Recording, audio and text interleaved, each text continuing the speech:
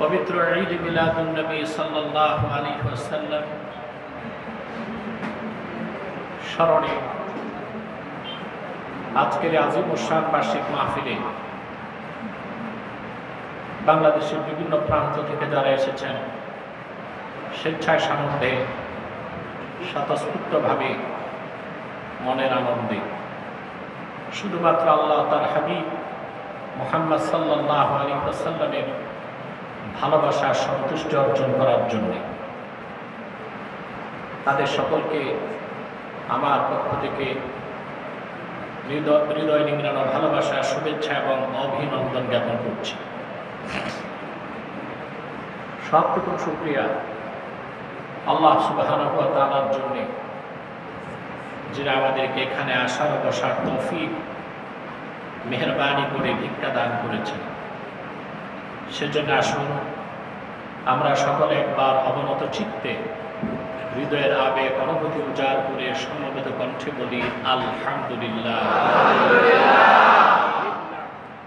অগণিত অসংখ্য দরুদ ও সালাম আল্লাহর সৃষ্টির প্রধান আকর্ষণ, বিশ্বসভার সভাপতি, সকল নবী রাসূলগণের মাথার তাজ, শামসুল হিদায়াত, বদরুদ্দুজা, সাইয়্যিদুস সাকালাইন, ইমামুল মুরসালিন, খাতামুন নবিয়্যিন ওয়াল মুরসালিন, আফতাবে নবুওয়াত, শাহনশাহে রিসালাত, সরকারে দু জাহান, সুলতানুল মদিনা, নবিয়ুল আম্বিয়া, হুজুরে আকরাম, নূরে মুজাসসাম, নূরুন আলা নূর, সাইয়্যিদিনা হাবিবিনা শফিঈনা মাওলানা মুহাম্মদ সাল্লাল্লাহু আলাইহি ওয়াসাল্লামের উপর আল্লাহ তাবারাকা ওয়া তাআলা যাকে আজ থেকে প্রায় ১৫০০ বছর আগে প্রেরণ করেছেন সর্বশ্রেষ্ঠ ও সর্বশেষ নবী ও রাসূল হিসেবে, যার পরে আজ পর্যন্ত পৃথিবীতে অবশ্যই কোনো প্রকার নবী কিংবা রাসূল অবশ্যই আসে নাই, অবশ্যই এখনো নাই, অবশ্যই কিয়ামত পর্যন্ত আসবে না। সম্মানিত সুধী, সেই বিকেল ৩টে থেকে রাত তার গভীরতার দিকে ধাবিত হচ্ছে। দীর্ঘ সময় আপনারা বসে আছেন, আবার বসেও থাকবেন সারা রাত ইনশাআল্লাহ। একের পর এক আলেমদের জবান থেকে, শিল্পীদের সুললিত কণ্ঠে বক্তব্য শুনেছেন, হামদ ও নাচ শুনেছেন। আপনাদের এখানে বসে থাকা প্রতিটি মুহূর্তে ইবাদতে কেটেছে। এখানে হচ্ছে আল্লাহর জিকির, তার হাবিবের জিকির। সুবহানাল্লাহ। আল্লাহ সুবহানাহু ওয়া তাআলা জিকিরকে আল্লাহ যে মর্যাদা দিয়েছেন, তার হাবিবের জিকিরকে আল্লাহ সেই মর্যাদা দিয়েছেন। এরকম নয়, পুরুষোচিত কণ্ঠে বলি সুবহানাল্লাহ।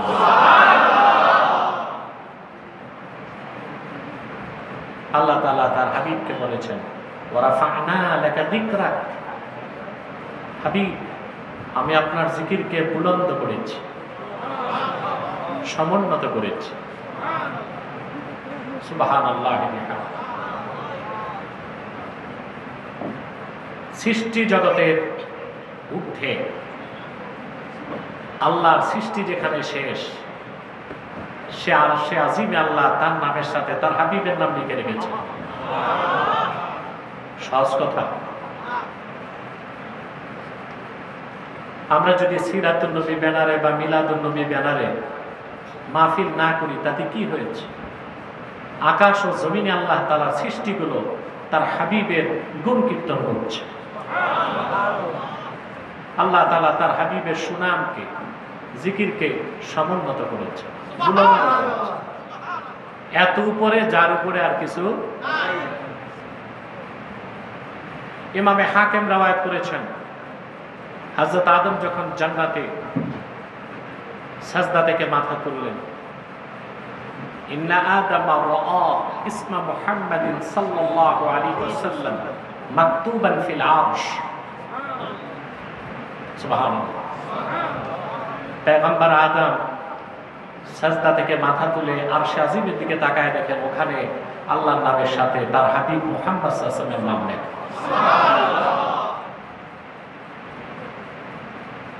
শুধু তাই নয়, আল্লাহর হাবিবের সাথ করেছেন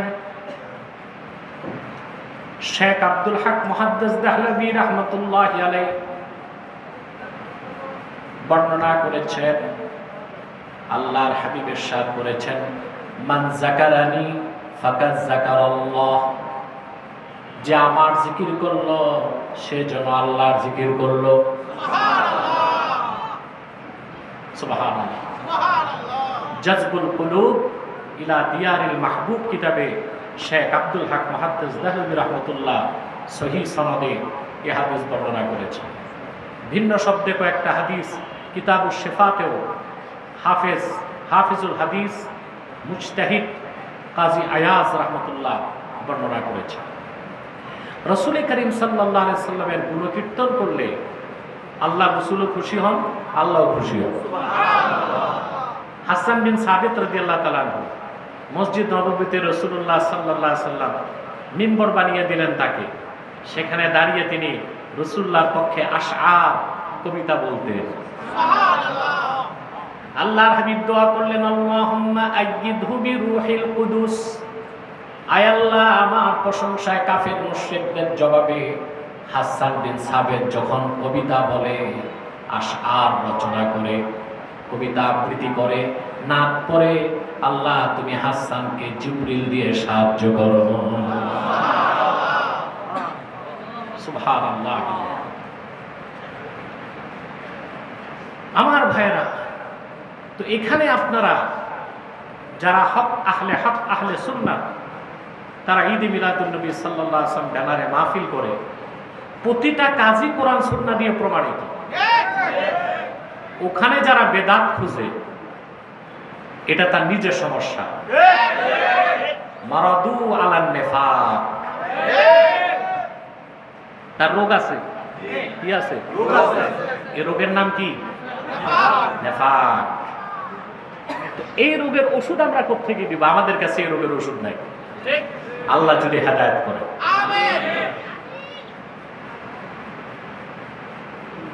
যারা এই কথাগুলো বলে তারা কোনো হক মাসলাকেরই মুহাক্কিক কোনো আলেম না। সমস্যা হচ্ছে পড়াশোনার অভাব, দার্সি কিতাবগুলো ঠিক মতো পড়ে না, অন্য কিতাবগুলো যে পড়বে সে সময়তে নয়। তো বিভিন্ন ধরনের ফতোয়া দিয়ে উম্মাহের মধ্যে বিভেদ সৃষ্টি করে। রাসূল করিম সাল্লাল্লাহু আলাইহি ওয়াসাল্লামের তাজিম, ওনার সম্মান, এটার সম্পর্ক তাকওয়ার সাথে, অন্তরের সাথে। কিসের সাথে? আল্লাহ তাআলা বলেছেন যালিকা ওয়া মান ইউআযযিম শাআইরাল্লাহ ফাইন্নাহা মিন তাকওয়াল কুলুব। সুবহানাল্লাহ। আর আল্লাহর নিদর্শনগুলোকে সম্মান যে করে, সুবহানাল্লাহ, এটা তো মুমিনদের অন্তরে নিহিত তাকওয়ার বহিঃপ্রকাশ। এটা কি? তাকওয়ার বহিঃপ্রকাশ। সুবহানাল্লাহ। শুধু কি তাই? রাসূল করিম সাল্লাল্লাহু আলাইহি ওয়াসাল্লামের মহব্বত তার অন্তরে তত বেশি জায়গা নেয়, যার হৃদয় যত পবিত্র। যার অন্তরে রাসূলুল্লাহর আজমত আর মহব্বত নাই, সে তো মুমিনের কাতারই আসতে পারবে না। আল্লাহর হাবিবের সম্মান, মর্যাদার কথা সাইয়্যিদুল কাওনাইন রাসূল রাব্বিল আলামিন, নবী রাসূলগণের মাথার তাজ মুহাম্মদ সাল্লাল্লাহু আলাইহি ওয়াসাল্লামের সম্মান, মর্যাদার কথা, মহত্বের কথা, বরত্বের কথা, আজমতের কথা। রাসূলুল্লাহ শানে কথা শুনলে যাদের ভালো লাগে না, মনে করতে হবে তাদের অন্তরে এখনো ঈমান প্রবেশ করে নাই। দাড়ি টুপি জুব্বা কুর্তা ঠিক থাকতে পারে, ওটা তো শুধুমাত্র লেবাস ছাড়া আর কিছুই না। ওই রকম মানুষের জুব্বাটা আব্দুল্লাহ বিন উবাইয়ের জুব্বার মতো, ওই রকম মানুষের দাড়িটা আবুল আহাবের দাড়ির মতো। কারণ রাসূলুল্লাহ আজমত মহাব্বা যে অনুধাবন করতে পারে না, এটা তার নিজের সমস্যা। আর সেটা হচ্ছে, সমস্যাটার নাম হচ্ছে মারাদুন নেফাক, মুনাফিকের রোগ আছে। আল্লামা খতিব কাস্তালানি ইরশাদুস সারিতে সালাসুন মান কুন্না ফিহি ওয়াজাদা হালাওয়াতাল ঈমান, বুখারী শরীফের 25 নম্বর হাদিসের ব্যাখ্যায় লিখেছেন, রাসূলুল্লাহর মহব্বতের কথা, আজমতের কথা যার ভালো লাগে না, সে হচ্ছে কাল মারিদুস সাফরাওয়ি, জন্ডিস রোগীর মতো। কিসের মতো? জন্ডিস আক্রান্ত রোগী মানুষ, ওর কাছে কি ভালো ভালো পোলাও গোশত করবা ভালো লাগবে? তো সমস্যা কি পোলাও গোশত করবা না তার সমস্যা? মাহাব্বতে রাসূল, আজমাতে রাসূল, রাফআতে রাসূলের কথা শুনলে কোন ব্যক্তির মধ্যে যদি আবেগ জাগ্রত না হয়, ভাবাবেগে পরিবর্তন না আসে, বুঝতে হবে সে হচ্ছে কামারিদিস সাফরাওয়ি, জন্ডিস রোগীর মতো। সে হচ্ছে একটা রোগী, তবে তার রোগটা জন্ডিস না, ওই রোগের নাম হচ্ছে নেফাক, মুনাফিক। কি মুনাফিক? মুনাফিকদেরকে আল্লাহ তাআলা মুমিন বলে স্বীকৃতি দেন নাই। আল্লাহ রাব্বুল আলামিন বলেন, وَمِنَ النَّاسِ مَن يَقُولُ آمَنَّا بِاللَّهِ وَبِالْيَوْمِ الْآخِرِ وَمَا هُمْ بِمُؤْمِنِينَ। মানুষের মধ্যে এমন কিছু ভাগ্য বিপন্ন মানুষ আছে যারা বলে আমরা মহান আল্লাহর উপর ঈমান এনেছি, আখিরাতকে বিশ্বাস করি, আল্লাহ বলেন আমি বলছি, তারা মুমিন নয়। সমস্যা আছে ঈমান। কি আছে? মাহাব্বাতু রাসূলিল্লাহ আমরুম মিন উমুরিল ঈমান আল্লাযী লা ইয়াতিম্মুল ঈমানু ইল্লা বিহি, আল্লাযী লা ইয়াতিম্মুল ঈমানু ইল্লা বিহা। রাসূলুল্লাহর মাহাব্বত, ওনার আজমত হৃদয়ে লালন করা, এটা ঈমানের অংশ। এটা ছাড়া ঈমান পরিপূর্ণ হতে পারে পারে? আমার ভাইয়েরা, আল্লাহ রাব্বুল আলামিন সূরা তাওবাতে স্পষ্ট করে দিয়েছেন, সুবহানাল্লাহ, আমার সাথে পড়েন, আউযু বিল্লাহি মিনাশ শাইতানির রাজীম, বিসমিল্লাহির রাহমানির রাহিম, কুল ইন কানা আবাউকুম ওয়া আবনাউকুম ওয়া ইখওয়ানুকুম ওয়া আযওয়াজুকুম ওয়া আশীরাতুকুম ওয়া আমওয়ালুন ইqtaraftumuha ওয়া তিজারাতুন তাখশাউনা কাসাদাহা ওয়া মাসাকিনু তারদাউনাহা আহাব্বা ইলাইকুম মিনাল্লাহি ওয়া রাসূলিহি ওয়া জিহাদিন ফি সাবিলিহি ফাতারাব্বাসু হাত্তা ইয়াতিয়াল্লাহু বিআমরিহি ওয়াল্লাহু লা ইয়াহদিল কওমাল ফাসিকিন। আল্লাহ বলেন, প্রিয় হাবিব মুহাম্মদ সাল্লাল্লাহু আলাইহি ওয়াসাল্লাম, আমার পক্ষ থেকে চূড়ান্ত সিদ্ধান্ত জানিয়ে দিন, ইন কানা আবাউকুম ওয়া আবনাউকুম ওয়া ইখওয়ানুকুম ওয়া আযওয়াজুকুম ওয়া আশীরাতুকুম, যদি তোমাদের পিতাগণ, তোমাদের সন্তানগণ, তোমাদের ভাইগণ, তোমাদের স্ত্রীগণ, তোমাদের প্রতিবেশীগণ, ঘনিষ্ঠজন যারা, ওয়া আমওয়ালুন ইqtaraftumuha, আর তোমাদের অর্জিত সম্পদ, ওয়া তিজারাতুন তাখশাউনা কাসাদাহা, আর সেই ব্যবসা, যে ব্যবসার মন্দাকে তোমরা ভয় পাও, ওয়া মাসাকিনু তারদাউনাহা, আর তোমাদের সে আবাস গৃহসমূহ যেগুলোকে তোমরা প্রচন্ড পছন্দ করো, ভালোবাসো। আহাব্বা ইলাইকুম মিনাল্লাহি ওয়া রাসূলিহি ওয়া জিহাদিন ফি সাবিলিহি, যদি এই সব জিনিসগুলো, এসব কিছু আল্লাহ এবং আল্লাহর হাবিব মুহাম্মদ সাল্লাল্লাহু আলাইহি সাল্লাম এবং জিহাদ ফি সাবিলিল্লাহ চেয়ে প্রিয় হয় তোমাদের কাছে, ফাতারাব্বাসু আই ইনতাজিরু, ফাতারাব্বাসু ইনতাজিরু, অপেক্ষা করো, হাত্তা ইয়াতি আল্লাহু বিআমরিহি, আল্লাহ তার পক্ষ থেকে সিদ্ধান্ত নিয়ে উপস্থিত হবার অপেক্ষা করো। তার মানে আল্লাহর পক্ষ থেকে বিপর্যয়, শাস্তি, ধ্বংস, জিল্লাত তোমাদেরকে গ্রাস করবে যদি এসব কিছুর চেয়ে আল্লাহ মুহাম্মদ সাল্লাল্লাহু আলাইহি সাল্লাম এবং জিহাদ ফি সাবিলিল্লাহ তোমাদের কাছে অধিক প্রিয় না হয়। সুবহানাল্লাহ বলবেন। তাফসীরুল কুরতুবীতে ইমামে কুরতুবী আয়াতের ব্যাখ্যা করতে যে খুব সুন্দর কথা লিখেছেন। কুরতুবী লেখেন, আল্লাহ সুবহানাহু ওয়া তাআলা তার হাবিব মুহাম্মদ সাল্লাল্লাহু আলাইহি ওয়াসাল্লামকে 13 বছর মক্কায় দাওয়াত দেওয়ার পরে মদিনা মুনাওয়ারায় হিজরতের নির্দেশ করেছেন। ঠিক না ভাই? আমরা তো জানি, ঠিক না? কুরতুবী লেখেন, لما أمر رسول الله صلى الله عليه وسلم بالهجرة من مكة المكرمة إلى المدينة المنورة جعل الرجل يقول لأبيه والأب لابنه والأخ لأخيه والرجل لزوجته إنا قد أمرنا بالهجرة। সুবহানাল্লাহ।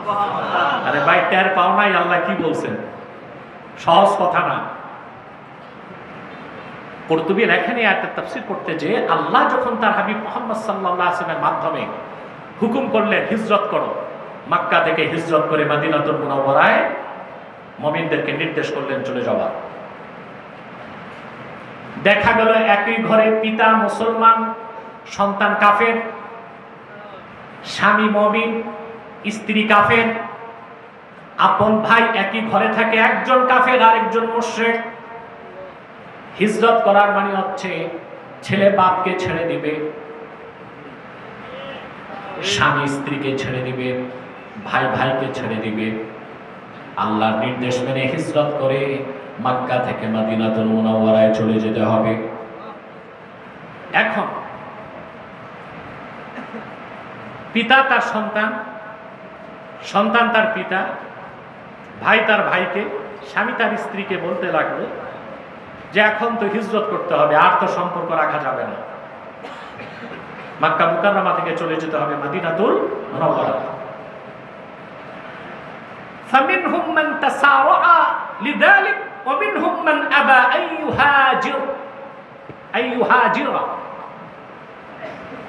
প্রথম চান্সে জলিলুল কদর সাহাবী যারা কামিল ইমানদার, সব ভাই বোন আত্মীয় স্বজন পিতা সব ছেড়ে হিজরত করে বাড়ি ঘর সম্পদ সব ছেড়ে মদিনাতুল মুনাওয়ারায় চলে গেল।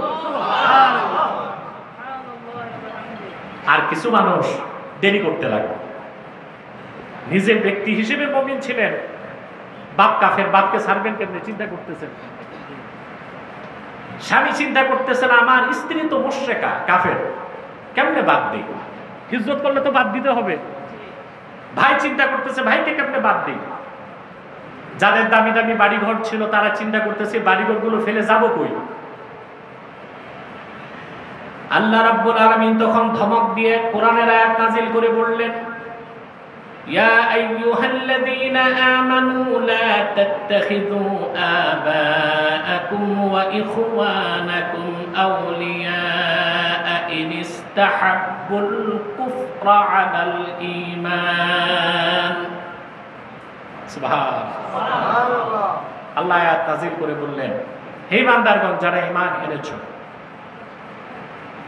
তোমরা তোমাদের পিতাদেরকে সন্তানদেরকে বন্ধুরূপে গ্রহণ করো না, আপন মনে করো না, যদি তারা ঈমানের উপর কুফরকে প্রাধান্য দেয়। তাহলে বোঝা যাচ্ছে বাবা হোক, গোষ্ঠী হোক, সন্তান হোক, স্ত্রী হোক, যদি ঈমানকে গ্রহণ না করে কুফরকে গ্রহণ করে কোনো মুমিন তার সাথে সম্পর্ক রাখতে পারে না। পারে না? আমরা কি কোরআনের এই আয়াতের উপর আমল করতে পারছি? আমরা যাদেরকে নেতা মানি তাদের অনেকেই তো মুসলমান না। ঈমানের সমস্যা, আকীদার সমস্যা। রাসূলুল্লাহ সাল্লাল্লাহু আলাইহি ওয়াসাল্লামের আনিত দ্বীনকে পূর্ণাঙ্গ দ্বীন তারা বিশ্বাস করে না। সেজন্য তারা চায় ধর্ম আর রাষ্ট্র আলাদা থাকবে। ঠিক না? এর মানে হচ্ছে আল্লাহর রাসূলের শরীয়ত যে পরিপূর্ণ, পূর্ণাঙ্গ, ব্যক্তি জীবন, সমাজ জীবন, রাষ্ট্র জীবন, শিক্ষা জীবন, সাংস্কৃতিক জীবন, ইহকালীন কল্যাণ, পরকালীন মুক্তির জন্য সকল ক্ষেত্রে রাসূলুল্লাহ সাল্লাল্লাহু আলাইহি ওয়াসাল্লাম যে শরীয়ত এনেছেন তা যে পরিপূর্ণ, এই বিশ্বাস যার আছে সে ধর্ম আর রাষ্ট্রকে আলাদা করতে পারে না। আপনাদের দেশের অধিকাংশ নেতাই আপনাদেরকে পথভ্রষ্ট করছে। তাদের জন্য জান দিচ্ছেন, মাল দিচ্ছেন, জীবন দিচ্ছেন। আপনার মূল্যবান জীবন আর সম্পদ মানব রচিত কোন তন্ত্রমন্ত্র মতবাদ কিংবা পৃথিবীর কোন মানুষের জন্য উৎসর্গ হতে পারে না। জীবন যদি দিতেই হয় আল্লাহর জন্য ওয়াকফ করে দিব। জীবন যদি উৎসর্গ করতে হয় রাসূলুল্লাহর জন্য উৎসর্গ করে দিব। এটাই মুমিনের কাজ। এই আয়াত নাযিলের পর বাকিরাও হিজরত করছে, তারপরও কিছু রয়ে গেছে। কথা বুঝতেছেন? আল্লাহ রাব্বুল আলামিন তখন চূড়ান্ত আয়াত ঘোষণা করে নাযিল করলেন, কুল ইন কানা আবাউকুম ওয়া আবনাউকুম ওয়া ইখওয়ানুকুম ওয়া আজওয়াজুকুম ওয়া আশীরাতুকুম ওয়া আমওয়ালুন ইqtaraftumuha ওয়া তিজারাতুন তাখশাউনা কাসাদাহা ওয়া মাসাকিন তারদাউনাহা আহাব্বা ইলাইকুম মিনাল্লাহি ওয়া রাসূলিহি ওয়া জিহাদিন ফি সাবিলিহি ফাতারাব্বাসু হাত্তা ইয়াতিয়াল্লাহু বিআমরিহি ওয়াল্লাহু লা ইয়াহদিল কওমাল ফাসিকিন।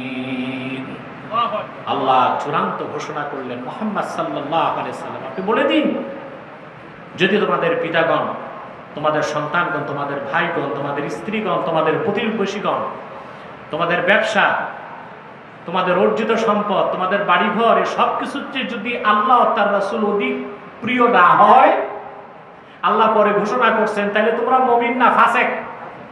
ফাসিকুন এখানে গুনাহগার অর্থে না, ফাসিকুন মানে খারিজুন মিনাল হক, সত্য থেকে বিচ্যুত। আল্লাহ তাদেরকে মুসলিম বলে স্বীকৃতি দেন নাই। কথা বুঝতেছেন ভাই? তাহলে জীবনের চেয়ে বেশি ভালোবাসা থাকতে হবে আল্লাহর জন্য, আল্লাহর হাবিব মুহাম্মদ সাল্লাল্লাহু আলাইহি সাল্লামের জন্য। ঠিক কিনা বলেন? এছাড়া মুমিন হবার কোনো সুযোগ নাই, কোনো সুযোগ নাই। আমার ভাইয়েরা, যতক্ষণ পর্যন্ত কোনো ব্যক্তি তার জীবনের চেয়ে বেশি আল্লাহকে ও তার হাবিবকে ভালো না বাসতে পারবে, মুমিন দাবি করার কোনো অধিকার তার নাই। আল্লাহর হাবিব ইরশাদ করেছেন, সহিহুল বুখারীতে হাদিসটি এসেছে, আনাস বিন মালিক রাদিয়াল্লাহু তাআলা আনহু বর্ণনা করেছেন, আল্লাহর হাবিব ইরশাদ করেছেন, সালাসুন মান কুন্না ফীহি ওয়াজাদা হালাওয়াতাল ঈমান। তিনটি খাসলত যার মধ্যে একত্রিত হয়ে যাবে, ঈমানের মধুর স্বাদ সে পেয়ে যাবে। কটা খাসলত? জোরে বলতে হবে। আঙ্গুল দিয়ে গুনতে হবে যেন মুখস্থ করতে পারেন। কটা খাসলত? আল্লাহর হাবিব ইরশাদ করেছেন, মান কানাল্লাহু ওয়া রাসূলুহু আহাব্বা ইলাইহি মিম্মা সাওয়াহুমা।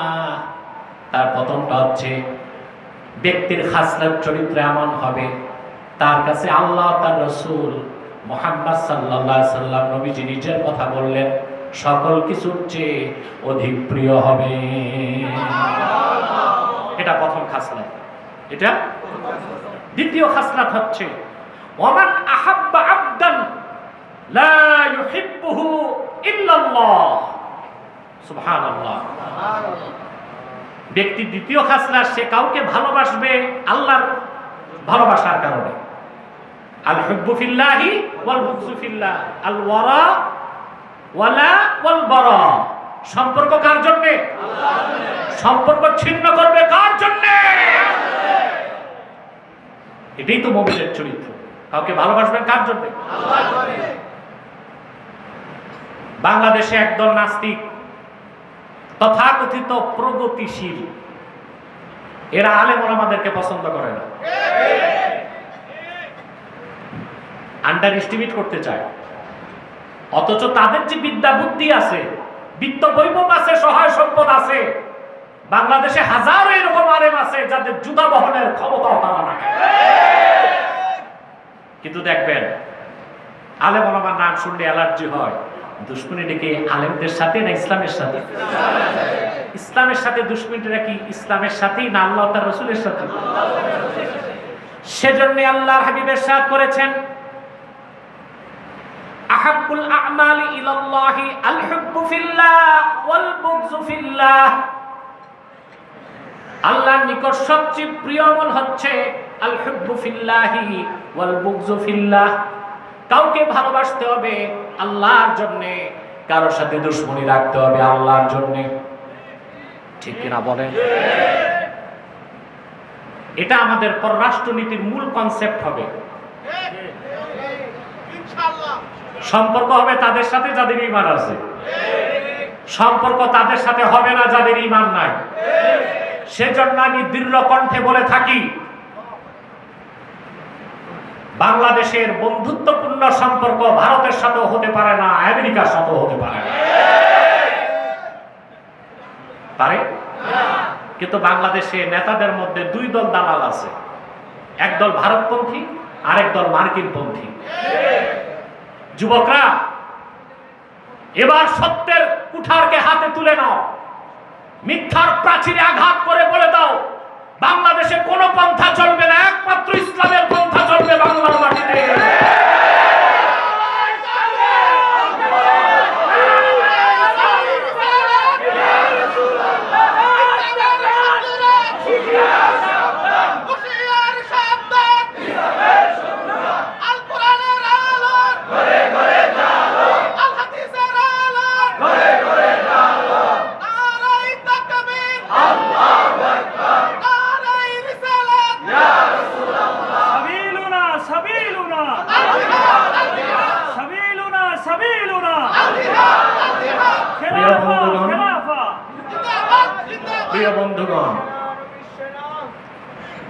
প্রিয় বন্ধুগণ, বাংলাদেশে বিপ্লব হয় নাই, এটা অভ্যুত্থান হয়েছে। বড় আফসোস, অভ্যুত্থান আর বিপ্লবের পার্থক্য আমরা অনেকে বুঝি না। কোন একটি সিস্টেমকে ঠিক রেখে সরকার পরিবর্তন করাটা অভ্যুত্থান, কিন্তু পুরনো সিস্টেমকে চুরমার করে নতুন ব্যবস্থার উপর রাষ্ট্র গঠন করা হচ্ছে বিপ্লব। আমাদের সিস্টেম চেঞ্জ হয়েছে, সেটআপ চেঞ্জ হয়েছে। কি চেঞ্জ হয়েছে? সিস্টেম। এখন কি চুরি হয়, দুর্নীতি, লুটপাট কমে গেছে না বেড়ে গেছে?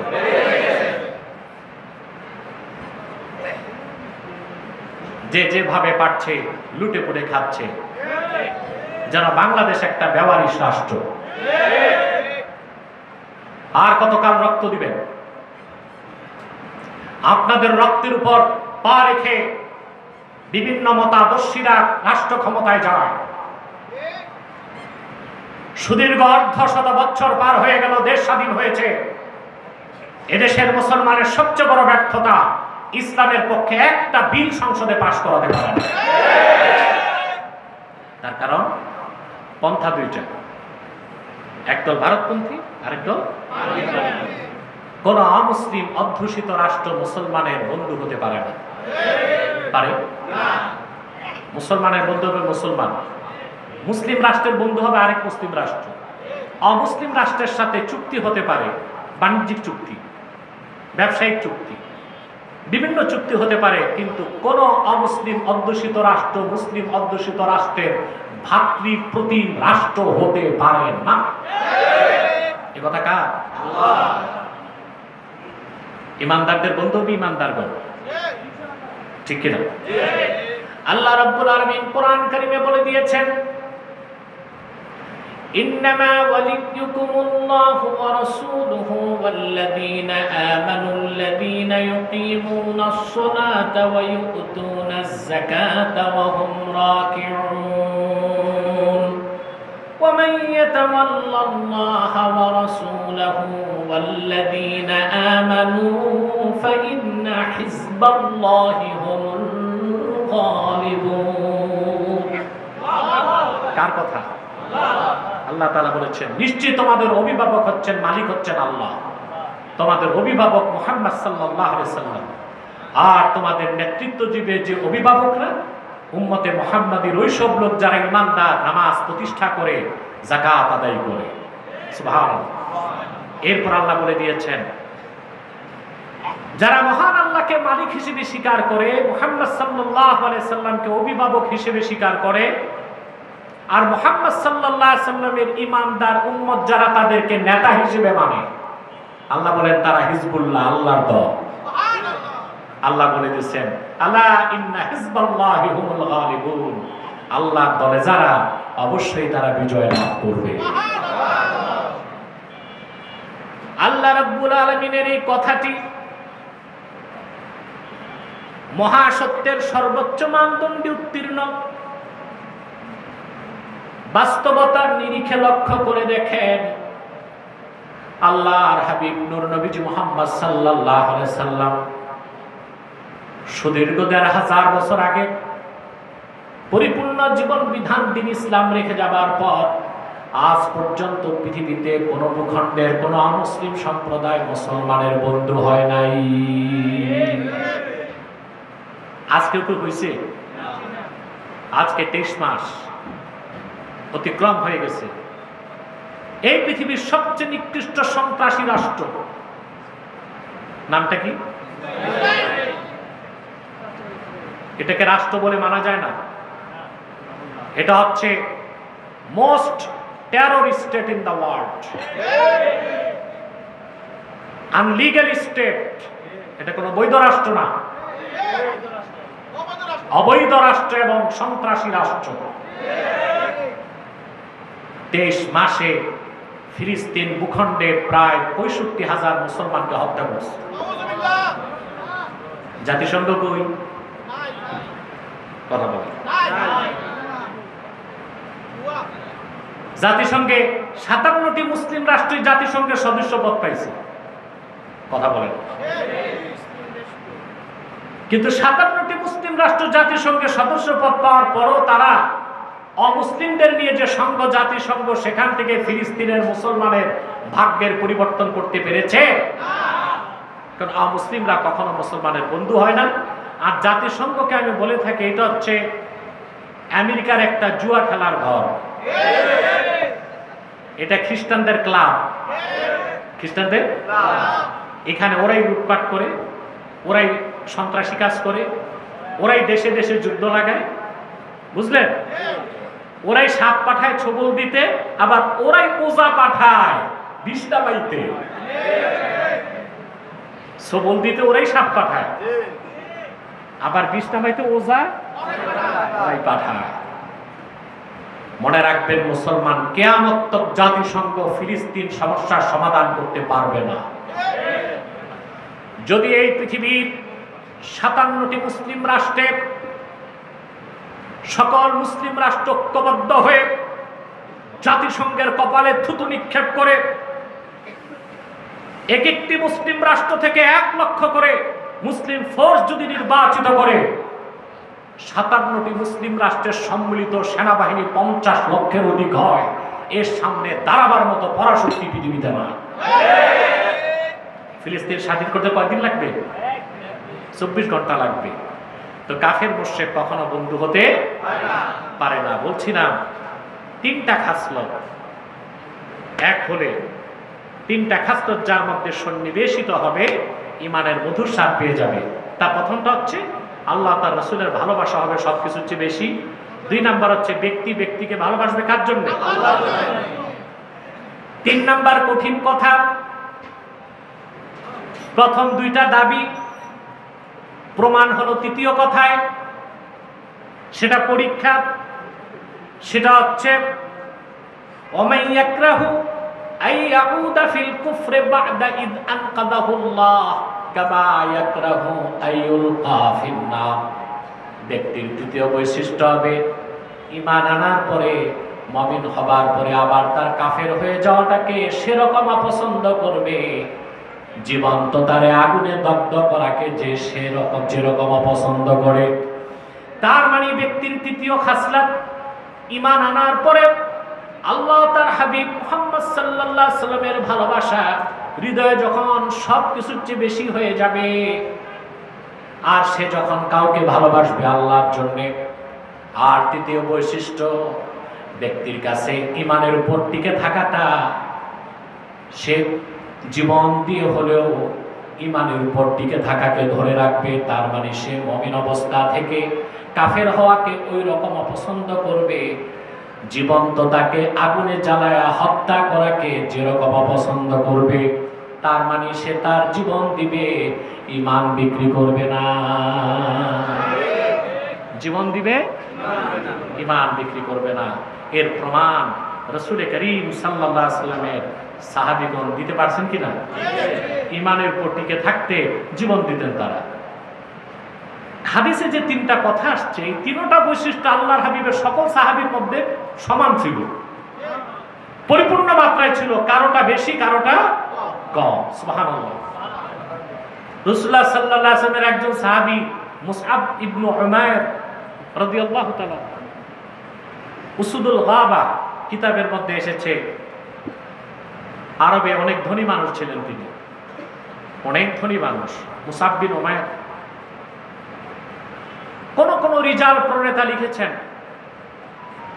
প্রতিদিন তিনি যখন খাবার খেতে বসতেন 70 জন মেহমানকে দস্তরখানে বসাতেন। কতজন? 70 জন। প্রতিদিন পানাহারের সময় তিনি মুসাফির ধরতেন, গরিব লোকদের আনতেন, 70 জনকে দস্তরখানে বসাতেন, তিনি সহ 71 জন হতো। রিজাল প্রণেতাগণ লেখেন 70 জন পানাহার করতেন, প্রতিটি মানুষকে খাবার পরিবেশন করতেন সোনার রূপার বাটিতে। পানাহার যখন শেষ হয়ে যেত, মুসআব বিন উমাইর বাটি গুটি ফেরত নিতেন না, সোনার রূপার বাটিগুলো সব মেহমানকে হাদিয়া করে দিতেন। এইরকম একজন মানুষ মুসআব ইবনে উমাইর রাদিয়াল্লাহু তাআলা আনহু, তিনি এসে রাসূলুল্লাহ সাল্লাল্লাহু আলাইহি ওয়াসাল্লামের কাছে ঈমান এনে মুসলমান হয়ে গেলেন। আহা, মুসলমান হওয়ার পর প্রথম যুদ্ধে গেলেন বদরে। কোথায়? ঘুমটুম নাই তো? সজাগ আছেন?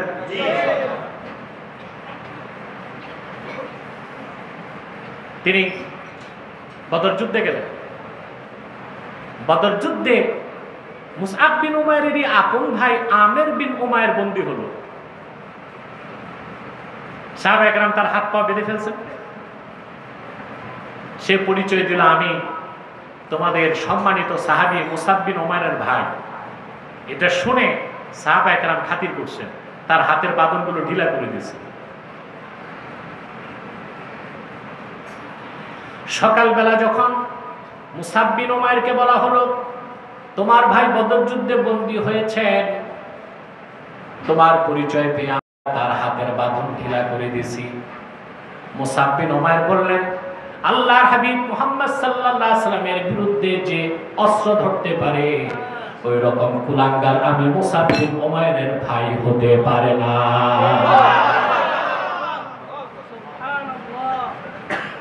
শক্ত করে বাঁধো। তার মা খুব ধনী, নিজেরও মা বলতেছে না, তার মা খুব ধনী, প্রচুর পরিমাণ উচ্চ মূল্যে মুক্তিপণ আদায় করে তারা ছাড়ো। এই মুসআব বিন উমাইর রাদিয়াল্লাহু তাআলা আনহু উহুদ যুদ্ধে গেলেন। উহুদে তিনি শাহাদাত বরণ করেছেন। উহুদ যুদ্ধে আল্লাহ রাসূলের একটি নির্দেশ অমান্য করার কারণে যে বিপর্যয় এসেছিল, চতুর্দিক থেকে সাহাবায়ে কেরাম আক্রান্ত হয়ে গেলেন, শহীদ হতে লাগলেন। এক সময় কাফেরেরা আল্লাহর হাবিবের সামনে চলে এলো। সাহাবায়ে কেরাম একের পর এক শহীদ হতে লাগলেন। দুইজন সাহাবী সামনের থেকে সরলেন না। একজন আবু উবাইদা ইবনুল জাররাহ, আরেকজন মুসআব বিন উমাইর।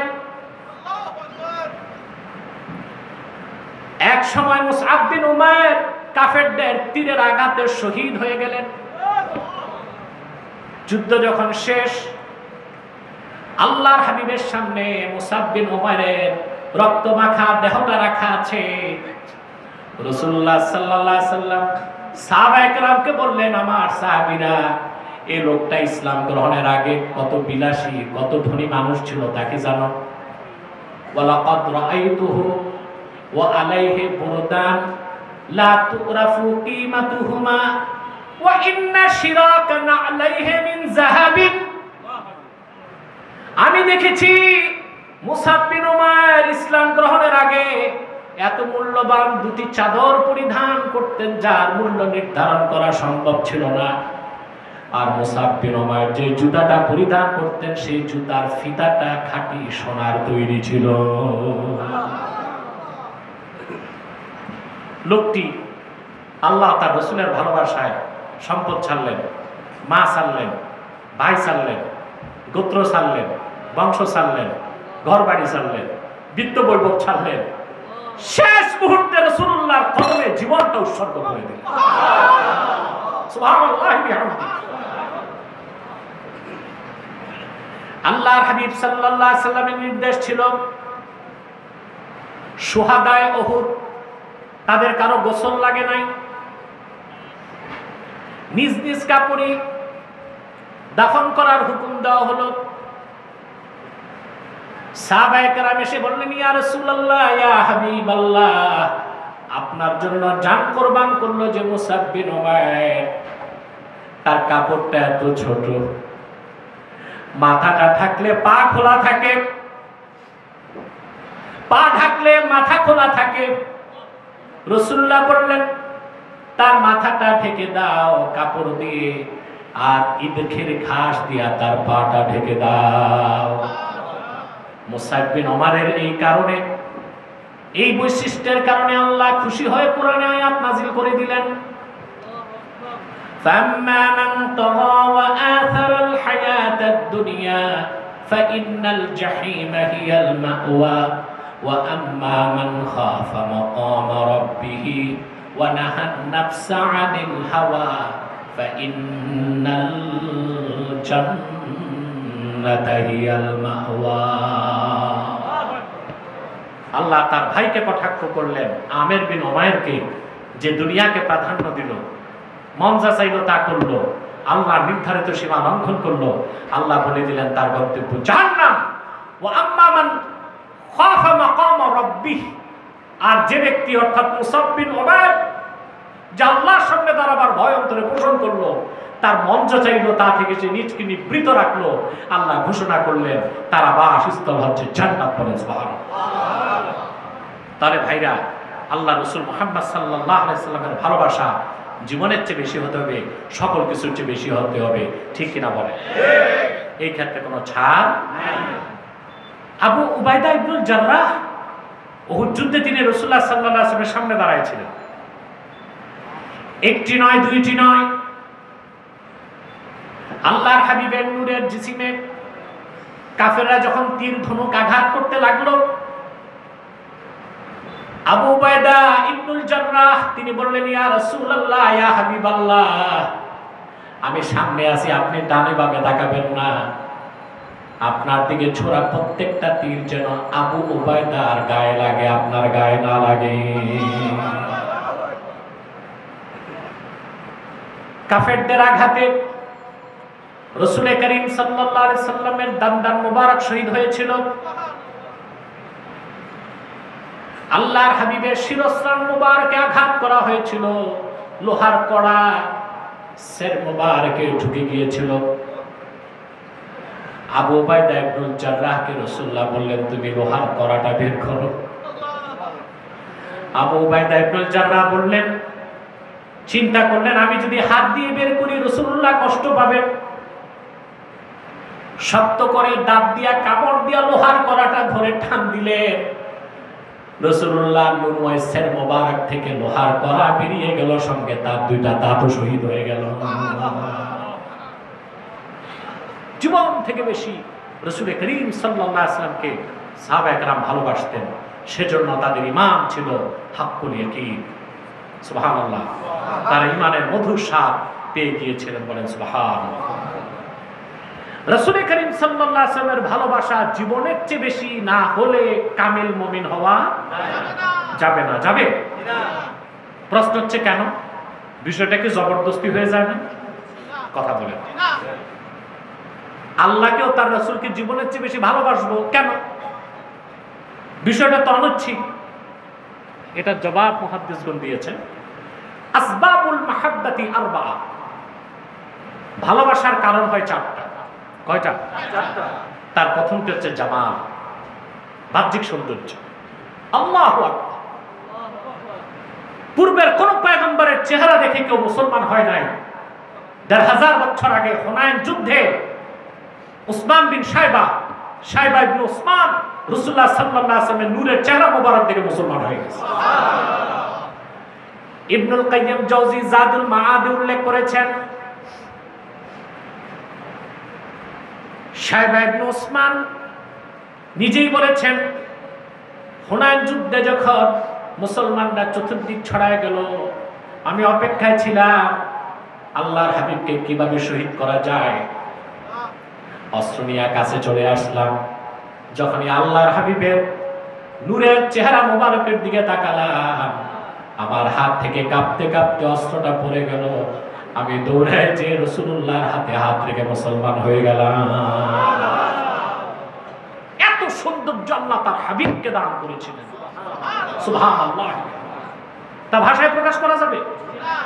কথা বলেন। আব্দুর রাজ্জাক বিশুদ্ধ সনদে কিছু হাদিস রওয়ায়াত করেছেন, যা জুজুল মাফকুদে এসেছে। কিছু মৌলবী সাহেব বলতে পারে জুজুল মাফকুদের সনদ কি?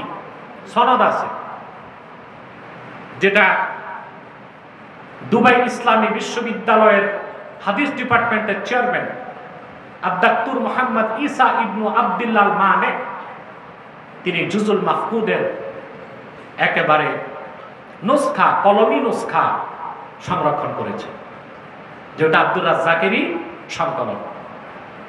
বরং হাদিসগুলো বিভিন্ন সূত্রে বিভিন্ন তুরুকে রওয়ায়াত হয়েছে, বলেন সুবহানাল্লাহ।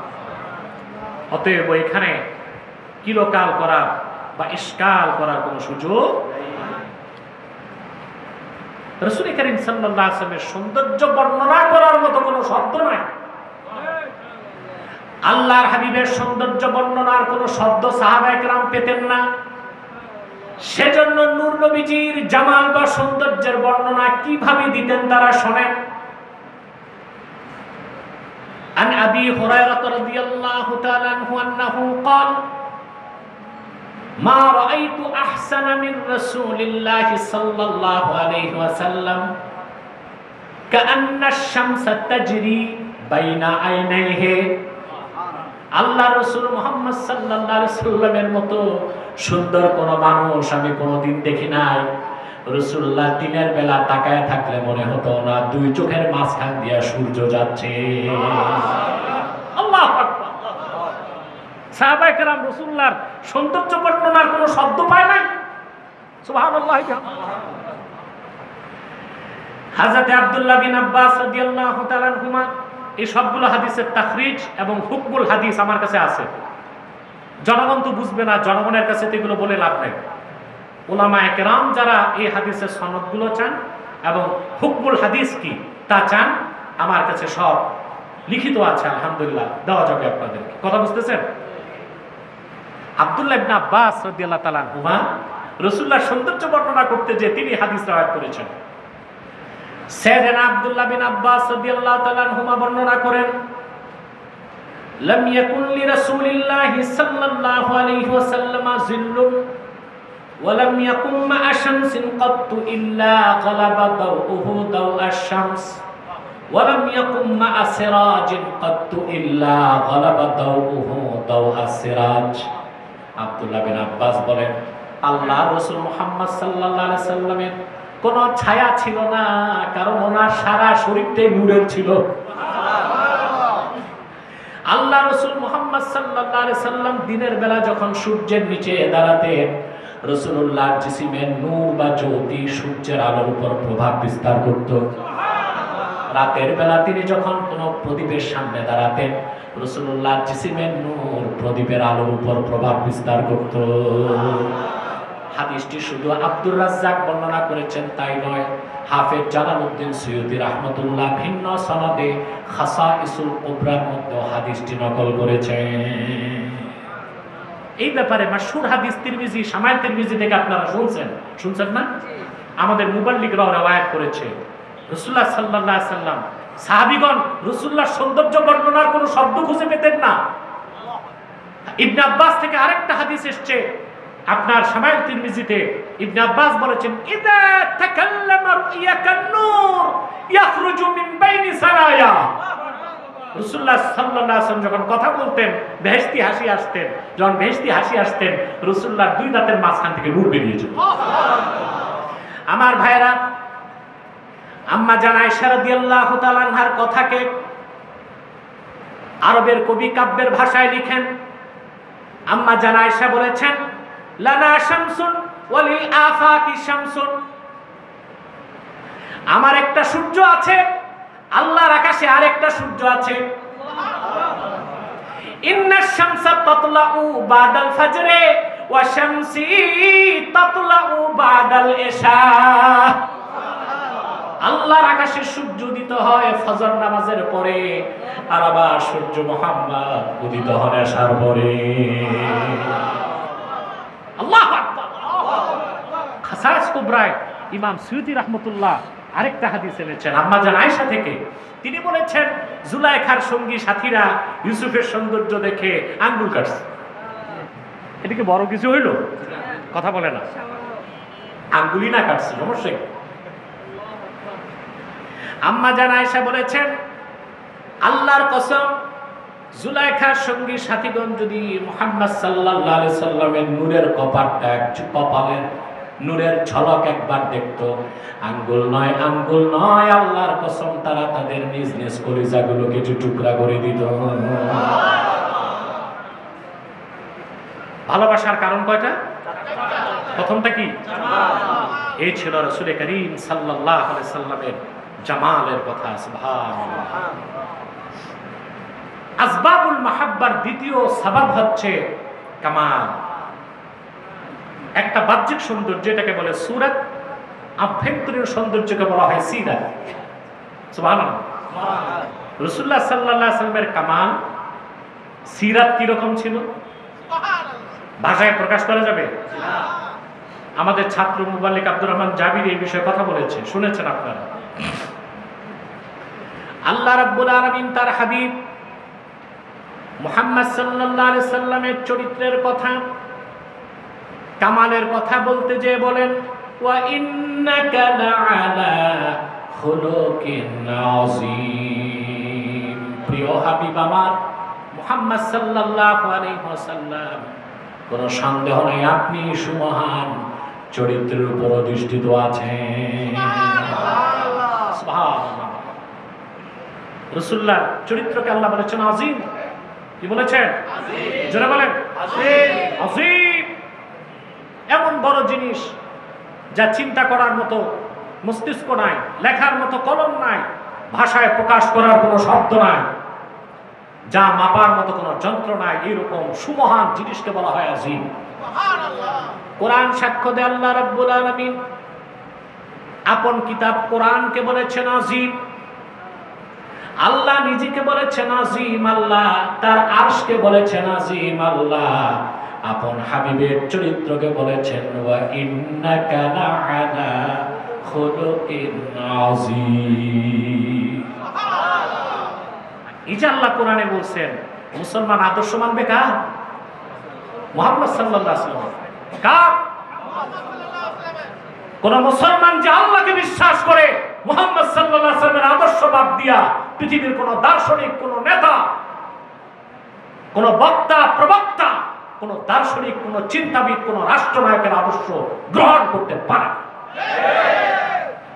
কুরআনুল কারীমে আল্লাহ রাব্বুল আলামিন বলেন, লাকাদ কানা লাকুম ফি রাসূলিল্লাহি উসওয়াতুন হাসানাতুন লিমান কানা ইয়ারজুল্লাহা ওয়াল ইয়াওমাল আখিরা ওয়া যাকারাল্লাহা কাসীরা।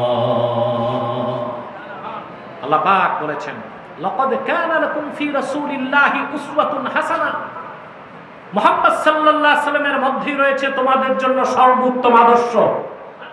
কারণ রাসূলুল্লাহর চরিত্র ছিল সর্বোত্তম, ওনার আদর্শ সর্বোত্তম। যে ব্যক্তি আল্লাহকে চায়, আখিরাতকে বিশ্বাস করে, বেশি বেশি আল্লাহর জিকির করে, বলেন সুবহানাল্লাহ, সে আদর্শ খুঁজবে কই? মুহাম্মদ সাল্লাল্লাহু আলাইহি সাল্লামের মধ্যেই রয়েছে মুমিনদের জন্য সর্বোত্তম আদর্শ। যার চরিত্র যত উন্নত, তার আদর্শ তত মহান। এই পৃথিবীতে কোন নেতা, কোন ব্যক্তি, কারো চরিত্রকে সার্টিফাইড করা হয় নাই। রাসূলুল্লাহর চরিত্রের কথা, সিরাতের কথা, ওনার কামালের কথাকে আল্লাহ সার্টিফাইড করেছেন নিজের ভাষায়, ওয়া ইন্নাকা লাআলা খুলুকিন আযীম। আমার আফসোস এই বাংলাদেশি মুসলমানদের জন্য, এরা রাসূলুল্লাহ সাল্লাল্লাহু আলাইহি ওয়াসাল্লামের আদর্শের অনুসরণ করে না, পশ্চিমাদের আদর্শ অনুসরণ করে। পোশাক আশাক, শিক্ষা, সংস্কৃতি সব পশ্চিমা ধাঁচে, খাওয়া দাওয়া, উঠা বসা সব পশ্চিমা ধাঁচে, ঠিক না? তো পশ্চিমাদের আদর্শ কি? আমি আগে বিভিন্ন লেকচারে বলেছি, তিনটি স্তম্ভের উপর পশ্চিমা আদর্শ দাঁড়ায় আছে। একটা হচ্ছে ধ্বংসপ্রাপ্ত রোমান সভ্যতা, আরেকটা হচ্ছে গ্রিক দার্শনিকদের বিকৃত দর্শন, হোমার, সক্রেটিস, অ্যারিস্টটল এবং প্লেটো, তাদের যে দর্শন এটা। তৃতীয়টা হচ্ছে সোফিস্ট বা যুক্তিবাদীদের মস্তিষ্ক প্রসূত যুক্তি। এই তিনটা মিথ্যা স্তম্ভের উপর পশ্চিমা দুনিয়ার সভ্যতা দাঁড়ায় আছে।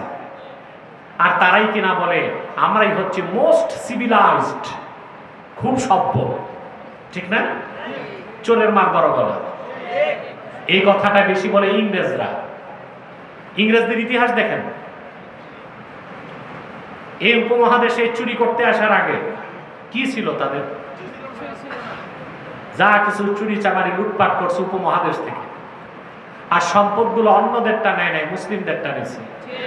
মোগল সাম্রাজ্যের সম্পদগুলোকে চুরি করেছে, ঢাকার নবাবদের সম্পদ চুরি করেছে, সোনারগাঁয়ের প্রত্নতাত্ত্বিক মূল্যবান জিনিসগুলো চুরি করেছে।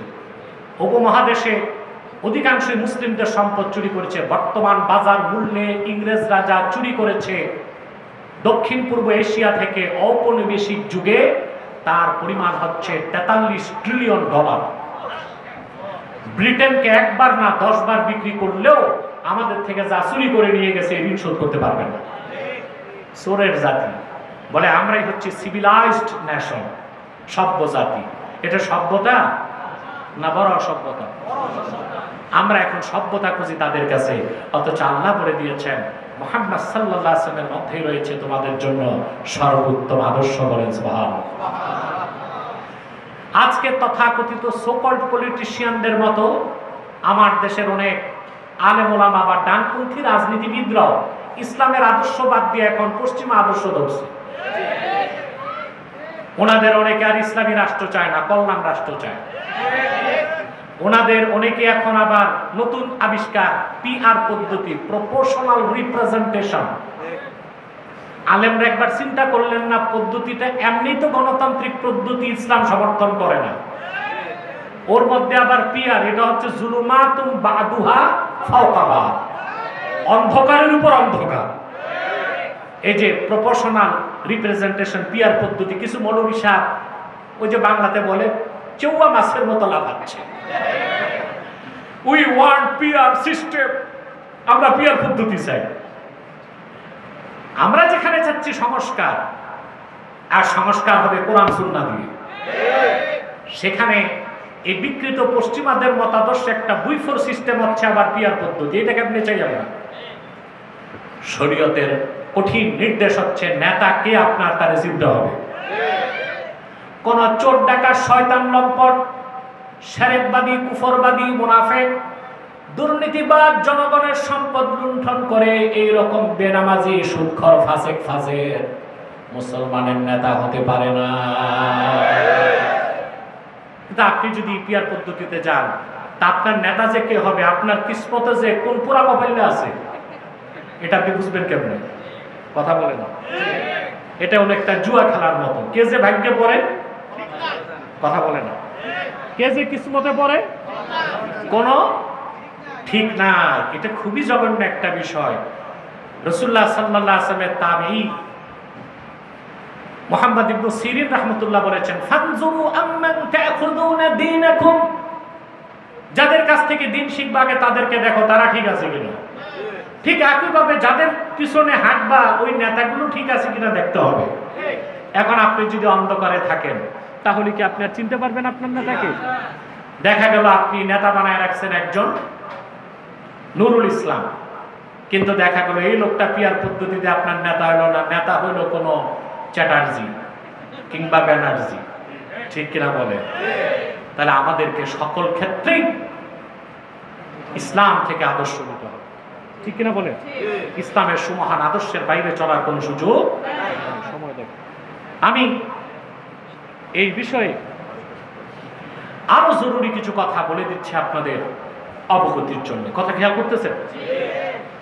রাসূল করিম সাল্লাল্লাহু আলাইহি সাল্লামের ভালোবাসা যতক্ষণ পর্যন্ত জীবনের চেয়ে বেশি না হবে ততক্ষণ পর্যন্ত মুমিন হওয়া যাবে না। এখন প্রমাণ কি? আল্লাহ রাসূল সাল্লাল্লাহু আলাইহি সাল্লামকে আমরা জীবনের চেয়ে বেশি ভালোবাসি, তার প্রমাণ তো দিতে হবে। কথা বলেন? বুখারী শরীফের 3টি প্রসিদ্ধ সরাহ, ফাথুল বারি, ইরশাদুস সারি এবং উমদাতুল কারি, 3টি সরার মধ্যে একই কথা এসেছে, ইন্না সামারাতা মাহাব্বাতি রাসূলিল্লাহ সাল্লাল্লাহু আলাইহি ওয়াসাল্লাম ইত্তিবাউ সুন্নাতিহি ওয়াল মুলাযামাতু বিশরিয়াতিহি। রাসূলুল্লাহ সাল্লাল্লাহু আলাইহি ওয়াসাল্লামকে জীবনের চেয়ে বেশি ভালোবাসা, কেউ যদি রাসূলুল্লাহর ভালোবাসা যদি জীবনের চেয়ে বেশি হয় মুসলমানদের, তার প্রমাণ হচ্ছে আল্লাহর হাবিব মুহাম্মদ সাল্লাল্লাহু আলাইহি সাল্লামের সুন্নতের অনুসরণ করতে হবে এবং ওনার রেখে যাওয়া শরীয়তকে দাঁত দিয়া কামড় দিয়া ধরতে হবে। এখন আসলাম শিক্ষা। এতক্ষণ তো বয়ান শুনছেন, এখন শিক্ষা কি নিব? ঠিক না? রাসূলুল্লাহ সাল্লাল্লাহু আলাইহি সাল্লামের ভালোবাসা জীবনের চেয়ে বেশি, এটা দাবি করলে হবে না, এটার প্রমাণ দিতে হবে। প্রমাণ হচ্ছে ইত্তিবাউ সুন্নাতিহি ওয়াল মুলাযামাতু বিশরিআতিহি, রাসূলুল্লাহর সুন্নতকে অনুসরণ করতে হবে আর রাসূলুল্লাহ রেখে যাওয়া শরীয়তকে দাঁত দিয়া কামড়ায় ধরতে হবে। শরীয়তের বাইরে যাবার কোনো সুযোগ নাই। শরীয়তের বাইরে যাবার কোনো সুযোগ নাই। আরে ভাই, রাসূলুল্লাহর অনুসরণটাই তো ইসলাম। কথা বলেন? রাসূলুল্লাহর অনুসরণের বাইরে ইসলাম আছে? ইসলামের কোনো ভার্সন আছে? বাংলাদেশের তথাকথিত সুফিবাদী যারা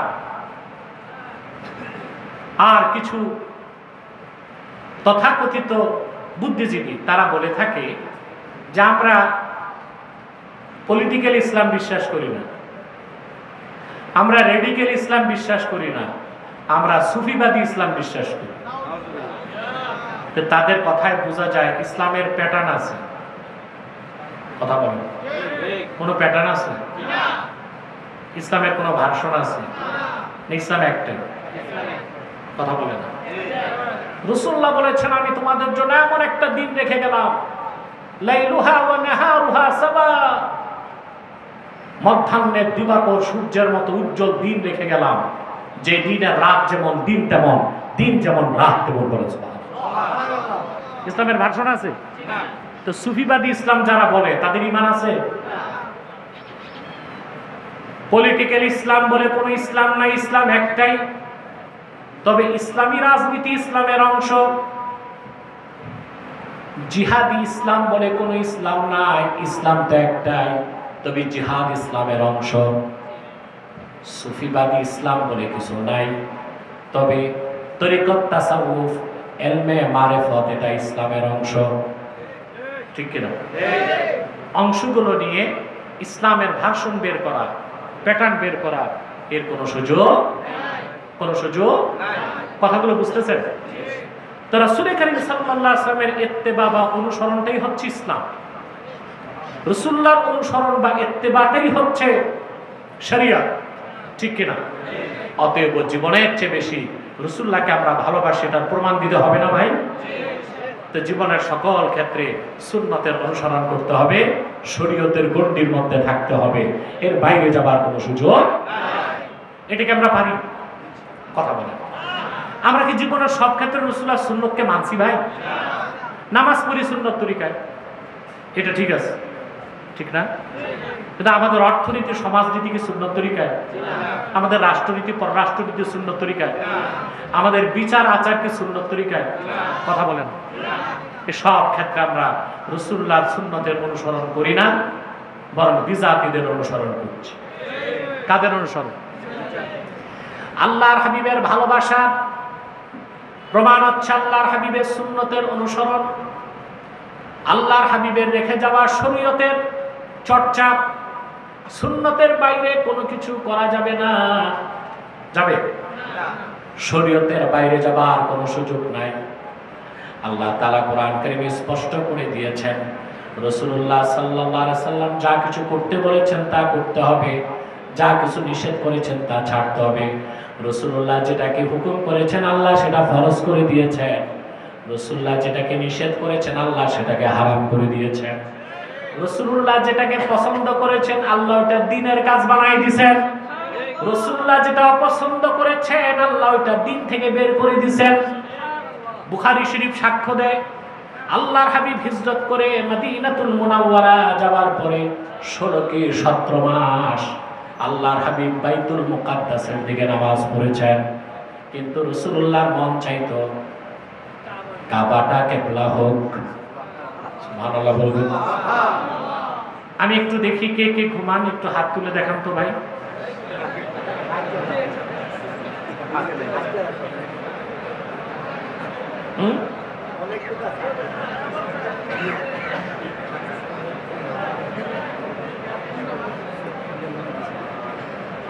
একটু সজাগ হয়ে বসতে হবে। রাসূলুল্লাহ সাল্লাল্লাহু আলাইহি ওয়াসাল্লাম যেটা হুকুম করছেন আল্লাহ ওটা ফরজ করছেন। রাসূলুল্লাহ সাল্লাল্লাহু আলাইহি ওয়াসাল্লাম যেটা হারাম করছেন, নিষেধ করছেন, ওটা আল্লাহ কি করছেন? হারাম করছেন।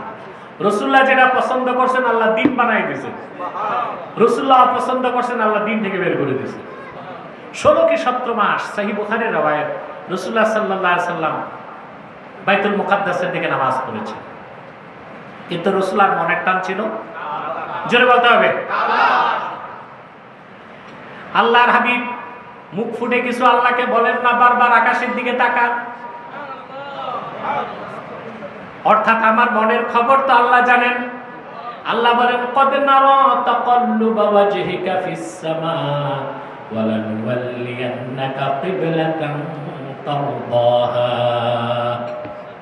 আল্লাহ বলে দিলেন, মুহাম্মদ সাল্লাল্লাহু আলাইহি ওয়াসাল্লাম আপনি বারবার আকাশের দিকে তাকান, আমি এটা দেখি। অচিরেই আমি আপনার মন যেটাকে চায় সেটাকে কিবলা বানিয়ে দেব। সুবহানাল্লাহ, সুবহানাল্লাহ। অধিক সংখ্যক মুফাসসিরের মতে রাসূল কারীম সাল্লাল্লাহু আলাইহি সাল্লাম আসর নামাজ পড়ছিলেন সাহাবায়ে কেরামকে নিয়ে মসজিদ যুল কিবলাতাইনে। হাদিস সাক্ষ্য দেয়, আল্লাহর হাবিব সাল্লাল্লাহু আলাইহি সাল্লাম যখন রুকুতে গেলেন আল্লাহ হুকুম করলেন, ফাওয়াল্লি ওয়াজহাকা শাতরাল মাসজিদিল হারাম। হাবিব আপনার চেহারাটা কাবার দিকে ফেরান। নামাজ না ছেড়েই রাসূলুল্লাহ সাল্লাল্লাহু আলাইহি ওয়াসাল্লাম বাইতুল মুকাদ্দাসের দিক থেকে বাইতুল্লাহর দিকে ঘুরে গেলেন। সাহাবীগণ 1 সেকেন্ড দেরি করে নাই, সাথে সাথে ঘুরে গেছে। একজন সাহাবী আল্লাহর হাবিবের সাথে আসর নামাজ পড়ে তিনি মদিনা মুনাওয়ারায় তার মহল্লাতে গেছেন। যে দেখেন লোকেরা নামাজ পড়তেছে বাইতুল মুকাদ্দাসের দিকে, সাহাবী বাহির থেকে একবার শুধু বললেন, আল্লাহর কসম আমি সাক্ষ্য দিচ্ছি রাসূলুল্লাহর সাথে আমি নামাজ পড়েছি, কাবার দিকে কিবলা পরিবর্তন হয়ে গেছে। একজন সাহাবীর সাক্ষ্য গ্রহণ করে সমস্ত সাহাবী মসজিদের মধ্যে নামাজের মধ্যে বাইতুল মুকাদ্দাস থেকে বাইতুল্লাহর দিকে ঘুরে গেলেন। রাসূলুল্লাহ যেটা পছন্দ করছেন ওইটা আল্লাহ দিন বানায় দিয়েছেন। আপনারা দেখেন হজের 3টা ফরজ, কয়টা? এর মধ্যে একটা হচ্ছে আরাফাতে থাকা, উকুফুল আরাফা, ঠিক না? কোরআন শরীফে আল্লাহ বললেন, ওয়ালিল্লাহি আলান নাসি হিজ্জুল বাইতি মান ইসতাতাআ ইলাইহি সাবিলা। সুবহানাল্লাহ। কাবা পর্যন্ত পৌঁছার সক্ষমতা যার আছে, মানুষের উপর আবশ্যক হচ্ছে আল্লাহর ঘরের হজ। হজ কি? হজ হচ্ছে কাসদুম মাকসুস ফি মাকানিম মাকসুস ফি ওয়াক্তিম মাকসুস, নির্ধারিত সময়ে নির্ধারিত জায়গায় নির্ধারিত নিয়তে কাজগুলো করার নাম হচ্ছে হজ। এর জন্য বাইতুল্লাহ তাওয়াফ করতে হয়। কথা বলেন, সাফা মারওয়ায় দৌড়াতে হয়, ঠিক না? আরাফাতে অবস্থান করতে হয়, মিনাতে অবস্থান করতে হয়, মুজদালিফা অবস্থান করতে হয়, শয়তানকে পাথর মারতে হয়। সব জায়গা নির্ধারিত, সব জায়গা কি নির্ধারিত। প্রিয় বন্ধুগণ, আল্লাহ বললেন মানব জাতির জন্য হজ হচ্ছে বাইতুল্লাহ। আরাফাতে যাওয়ার কথা আল্লাহ বলছেন কোরআন কারীমে, কিন্তু বলুন তো ভাইরা, হজের 9 তারিখ কোন একজন হাজিও কাবা ঘরে থাকে? কোথায় থাকে? কেন? আল্লাহর হাবিব বলেছেন আল হাজ্জু আরাফা, হজের সবচেয়ে বড় কাজ আরাফাতে, আর সেটাকে আল্লাহ তাআলা 3 ফরজের সবচেয়ে বড় ফরজ বানাই দিলেন। হুজুর যা পছন্দ করছেন ওইটা আল্লাহ দিন বানাই দিয়েছেন। হুজুর পুন্নূর সাল্লাল্লাহু আলাইহি ওয়াসাল্লাম যা অপছন্দ করছেন আল্লাহ দিন থেকে বের করে দিয়েছেন। হুজুর পুন্নূর সাল্লাল্লাহু আলাইহি ওয়াসাল্লাম আদেশ করছেন আল্লাহ ফরজ করে দিয়েছেন। আল্লাহর হাবিব নিষেধ করছেন, হুজুর পুন্নূর সাল্লাল্লাহু আলাইহি ওয়াসাল্লাম আল্লাহ হারাম করে দিয়েছেন। সুবহানাল্লাহ বলবেন। আল্লাহর হাবিবের আনুগত্য, ওনার ইত্তেবা, ওনার অনুসরণের মাহাত্ম্য বোঝাতে একটি হাদিস বলছি আপনাদেরকে। সহিহ বুখারী কিতাবুত তাফসীর বাবু ফাজলি ফাতিহাতিল কিতাবে হাদিসটি এসেছে। রাসূলুল্লাহ জলিলুল কদর সাহাবী হযরতে সাঈদ ইবনে মুআল্লা থেকে, আবু সাঈদ মুআল্লা থেকে তিনি বলেন, সহিহ বুখারীতে হাদিসটি এসেছে, তিনি বলেন কুনতু উসাল্লি ফাদআনি আন-নবী সাল্লাল্লাহু আলাইহি ওয়াসাল্লাম ফালান উজিবহু। ও মিয়া, কান পেতে শোনো বাঙালি। রাসূলুল্লাহর সাহাবী বলেন, আমি নামাজ পড়ছিলাম, নামাজটা ছিল ফরজ নামাজ। নামাজের মধ্যে থাকা অবস্থাতে আল্লাহর হাবিব আমারে ডাক দিলেন। এই রকম মতনে হাদিসটি এসেছে বুখারীতে, ভিন্ন শব্দে হাদিসটা এসেছে সহিহ মুসলিমে। সেখানে এসেছে ফাদাআনি রাসূলুল্লাহ সাল্লাল্লাহু আলাইহি ওয়াসাল্লাম ফালাম উজিবহু। আল্লাহ রাসূল আমাকে ডেকেছেন, আমি জবাব দিলাম না। একই মাফহুম, একই বিষয়, আলফাজ ভিন্ন। আলফাজ কি ভিন্ন। সাহাবীর নামাজটা ছিল ফরজ নামাজ। কি নামাজ? তো সাহাবী ইজতিহাদ করছেন যে নামাজটা যেহেতু ফরজ, তো নামাজটা শেষ করে রাসূলুল্লাহর ডাকের জবাব দিই, তিনি আর নামাজ ছাড়লেন না। বলুন তো ভাই, সাহাবী কাজটা ঠিক করছিলেন না ভুল করছিলেন? ঠিক করছেন। দেখি সামনে যাই, তাই তো বুঝতে পারবো। আমার ভাইয়েরা, নামাজ শেষ করে আমি আল্লাহর হাবিবের কাছে দৌড়িয়ে আসলাম। এসে বললাম লাব্বাইকা ওয়া সা'দাইকা ইয়া রাসূলুল্লাহ, আয় আল্লাহর রাসূল, আপনার গোলাম হাজির। আল্লাহর হাবিব বললেন, আমি ডেকেছিলাম, জবাব কেন দাও নাই? সাহাবী বলেন, আমি বললাম ইন্নী কুনতু উসাল্লি, আমি নামাজ পড়ছিলাম, ফরজ নামাজ ছিল বলে আপনার ডাকের জবাব দেই নাই।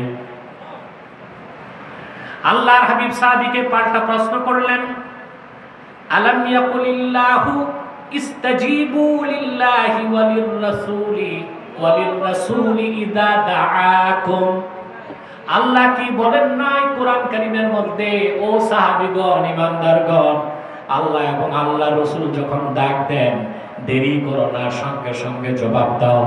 সাহাবী, তোমার নামাজটা ছিল ফরজ, আর আমি যখন ডাক দিয়েছি নামাজ ছেড়ে আমার ডাকের জবাব দেওয়া ছিল তার চেয়ে বড় ফরজ। আল্লাহু আকবার।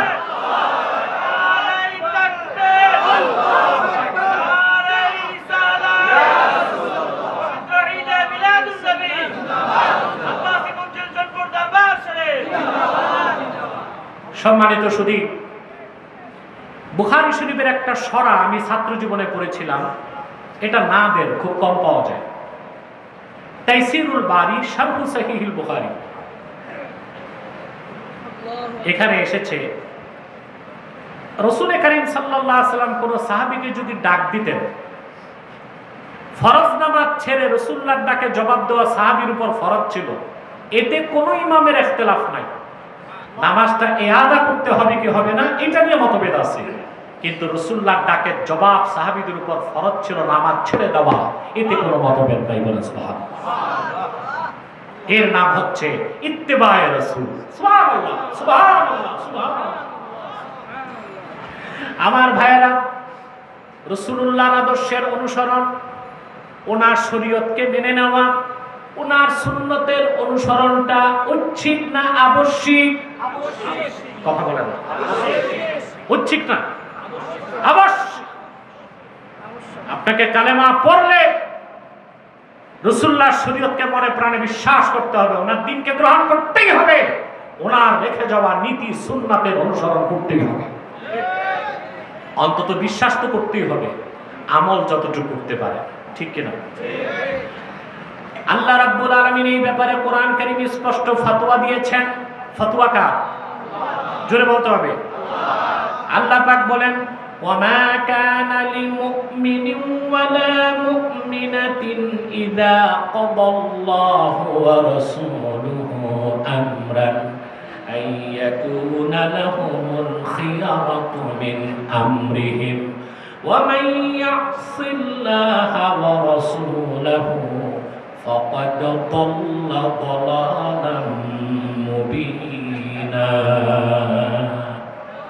এই কোরআন সূরা আহজাবে যারা রাসূলুল্লাহর সুন্নতের বাইরে বিজাতিদের রাজনৈতিক মতাদর্শ চর্চা করেন, কান পেতে শুনে রাখুন, রাসূলুল্লাহর উম্মত হতে হলে শর্ত আছে।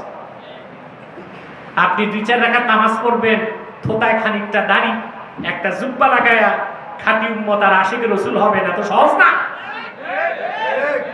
আপনাকে শর্ত পূরণ করতে হবে। আল্লাহ রাব্বুল আলামিন বলেন, কোন মুসলিম নর কিংবা নারী, কোন ইমানদার পুরুষ কিংবা মহিলার পক্ষে কোনো এখতিয়ার নাই, সুযোগ নাই। আল্লাহ তার রাসূল যখন কোনো সিদ্ধান্ত দেন, সেটা বাদ দিয়া নিজেদের পক্ষ থেকে মন মস্তিষ্ক প্রসূত কোন সিদ্ধান্ত গ্রহণের কোন অধিকার কোন নর কিংবা নারী মুসলমানের নাই। ওয়া ইয়াসিল্লাহা ওয়া রাসূলহু ফাকাদ দাল্লা দালালাম মুবিনা। যে ব্যক্তি আল্লাহ তার রাসূলের সিদ্ধান্তকে অমান্য করবে, সে সুস্পষ্ট গোমরাহিতে লিপ্ত হবে। আমার ভাইরা, রাসূল করিম সাল্লাল্লাহু আলাইহি সাল্লামের রেখে যাওয়া দ্বীন, ওনার রেখে যাওয়া শরীয়ত, ওনার রেখে যাওয়া সুমহান আদর্শ পুরাটা অস্বীকারের তো প্রশ্নই আসে না। রাসূলুল্লাহ সাল্লাল্লাহু আলাইহি সাল্লাম ১৫০০ বছর আগে কোন ক্ষুদ্র বিষয়েও যে সিদ্ধান্ত নিয়েছেন, সেটা যদি না মানা হয় মুসলমান থাকার কোনো সুযোগ নাই। কোরআন কারীমের মধ্যে আল্লাহ রাব্বুল আলামিন সে কথাটিকে স্পষ্ট করে দিয়েছেন। ইমামে জালালউদ্দিন সুয়ুতি রাহিমাহুল্লাহ তাফসীর দুররুল মানসুর দ্বিতীয় খণ্ডের 262 পৃষ্ঠায় একটি হাদিস উল্লেখ করেছে। আমি বলবো, আপনারা সব মজবুত আছেন, সজাগ আছেন, ঘুমটুম নাই তো? আলহামদুলিল্লাহ, আলহামদুলিল্লাহ। অনেক ভাই দাঁড়িয়ে আছে, বসার সুযোগ পাচ্ছে না। আমি বলবো তারপরও দক্ষিণ দিকে যত যাওয়া যায় যেতে থাকেন, ওই সড়কের দক্ষিণ দিকে যান, বসে শুনবেন, বেশি বরকত ফয়েজ পাবেন ইনশাআল্লাহ। তিনি একটি হাদিস বর্ণনা করেছেন, ইখতাসামা রাজুলান ইলা রাসূলিল্লাহ সাল্লাল্লাহু আলাইহি ওয়াসাল্লাম ফাকাযা বাইনাহুমা فقال الذي قضى عليه ردنا الى عمر بن الخطاب। দুইজন ব্যক্তি রাসূলুল্লাহ সাল্লাল্লাহু আলাইহি ওয়াসাল্লামের কাছে বিচারের জন্য গেছে। ও ভাই শুনতেছো? হাদিসের সরাতে এসেছে একজন ছিল মুসলিম পরিচয়ধারী, আর কোন কোন ব্যাখ্যাকার লিখেছেন আরেকজন ছিল ইহুদি। কি ছিল? কিংবা মুনাফিক। কিংবা একজন ছিল মুনাফিক মুসলিম, তার ঈমান পরিপূর্ণ ছিল না, আরেকজন ছিল বেদিন। কিছু কিছু ব্যাখ্যাকার এরকম ব্যাখ্যাই করেছেন। মতের মধ্যে কথাটা আসেনি, সরাতে এসেছে। তো রাসূলুল্লাহ সাল্লাল্লাহু আলাইহি ওয়াসাল্লাম বিচার করে দিলেন। এখন যিনি রায় পেলেন তিনি তো খুশি, কিন্তু মুসলিম নামধারী লোকটা রায় পায়নি। বুঝেন না? সে বলল, রুদ্দানা ইলা উমর ইবনুল খাত্তাব। আল্লাহ রাসূল সাল্লাল্লাহু আলাইহি সাল্লাম বিচারটার দায়িত্ব আমাদেরকে করার জন্য আমাদেরকে ফিরিয়ে দিন হযরত ওমরের কাছে। মুসলিম নামধারী বাদশা হযরত ওমর জালালি তবিয়তের মানুষ, তিনি তো আর কিছু শুনবেন না। যে লোকটা বেদিন তার তো গর্দান কেটে দিবেন। রাসূলুল্লাহ সাল্লাল্লাহু আলাইহি ওয়াসাল্লাম কিচ্ছু বললেন না। আল্লাহ রাসূল সাল্লাল্লাহু আলাইহি ওয়াসাল্লাম বললেন, ঠিক আছে, নাম ইনতালিকা ইলা উমর, যাও ওমরের কাছে যাও, আমার বিচারে সন্তুষ্ট হও নাই, ওমর বিচার করে দিবে। হাদিস সাক্ষ্য দেয়, فلما أتيا عمر قال الرجل يا ابن الخطاب قضى لي رسول الله صلى الله عليه وسلم على هذا فقال ردنا إلى عمر فردنا إليك। যে রায় পাইছে সে হযরত ওমরকে বলতেছে, ওমর খবর আছে আপনার, বিচারটা আল্লাহ রাসূল করে দিয়েছেন। এই লোকটা রায় রাসূলুল্লাহর রায়তে সন্তুষ্ট হয় না, সে রাসূলুল্লাহর কাছে বলেছে ওমরের কাছে ফিরায় দেন। রাসূলুল্লাহ সাল্লাল্লাহু আলাইহি সাল্লাম এই জন্য ফিরায় দিয়েছে। কথা খেয়াল করেন মুসলমান, এটাকেই বলা হয় আইনের শাসন। কি বলা হয়? এই যে রাষ্ট্র রাষ্ট্র বলেন, রাষ্ট্র কি সন্দেশ? কথা বলেন। রাষ্ট্রগুলো কথা বলেন, এটা কি রকম ঠ্যাং আছে কয়টা রাষ্ট্রের? আছে না? তো রাষ্ট্র কি? রাষ্ট্রের কিছু উপাদান থাকে, 4টা উপাদানে একটা রাষ্ট্র হয়। তার প্রথমটা হচ্ছে টেরিটরি, ভূখণ্ড। 2 নম্বর হচ্ছে পপুলেশন, জনসংখ্যা। 3 নম্বর হচ্ছে সভরেন্টি, সার্বভৌমত্ব থাকবে, ঠিক না? তারপরে আরেকটা বিষয় অন্তর্ভুক্ত করা হয়, সভরেন্টি অফ ল, এটাও থাকতে হবে। এরকম কিছু উপাদানেই রাষ্ট্র। কথা বুঝতে পারছেন? সার্বভৌমত্ব, ভূখণ্ড, আর কি থাকবে? সরকার। চতুর্থটা হচ্ছে সরকার, গভর্নমেন্ট। কি থাকবে? এটা হচ্ছে রাষ্ট্র। এটা দেখা যায় না, এটা ঠ্যাং নাই, চোখ নাই, কান নাই, কিন্তু আমরা একেবারে ভালোবাসা গদগদ করি, মাতৃভূমির ভালোবাসা, জীবন দিব উৎসর্গ করি। এটা দেখা যায় না, ধরা যায় না, ছোঁয়া যায় না। এই একটি বায়বীয় বিষয়কে আমরা জীবন দিয়ে দিচ্ছি। কথা বলে ইসলামের জন্য জীবন দেয় না, বলে রাষ্ট্রের জন্য জীবন দেব। আমরা যদি রাষ্ট্রের জন্য জীবন দেই, সেখানে আমাদের উদ্দেশ্য থাকবে আল্লাহ তার হাবিবের দ্বীনের স্বার্থ। আমাদের উদ্দেশ্য ভিন্ন, নিয়ত ঠিক না? এই যে রাষ্ট্র, রাষ্ট্রের প্রথম কাজ হচ্ছে to establish sovereignty of law, এটা প্রথম কাজ। আইনের সার্বভৌমত্বকে প্রতিষ্ঠা করা। বুঝলেন? দ্বিতীয় কাজ হচ্ছে ইকুয়ালিটি ফর অল, সবার জন্য সমান অধিকার নিশ্চিত করতে হবে। 3 নাম্বার হচ্ছে to set up constitutional government, একটা সাংবিধানিক সরকার থাকতে হবে। 4 নাম্বার হচ্ছে টু প্রমোট গুড লাইফ, প্রতিটি নাগরিকের সুন্দর এবং উন্নত জীবন যাপনের ব্যবস্থা করে দিতে হবে রাষ্ট্রের কাজগুলো। আমরা বাঙ্গাল বা অজানে কাঙ্গাল, আমরা ওই যে আমাদের স্বাধীনতার সূর্য সিরাজউদ্দৌলার যুগে গেছে, এরপরে 4 সুবিধা পাবো এরকম রাষ্ট্র আমরা 250 বছরেও পাই না। পেয়েছি? ইংরেজরা প্রায় 200 বছর, তারপরে পাকিস্তানিরা 24 বছর, এরপরে আমরা স্বাধীন করলাম 53 বছর। আমরা কি রাষ্ট্রের সুবিধাগুলো পেয়েছি? আইনের শাসন আছে? কথা বলে না। নাই। সবার সমান অধিকার আছে? নাই। নাই এগুলো আমাদের। এই জন্য আমি বলেছি বাঙ্গাল বা ওয়াজানে কাঙ্গাল।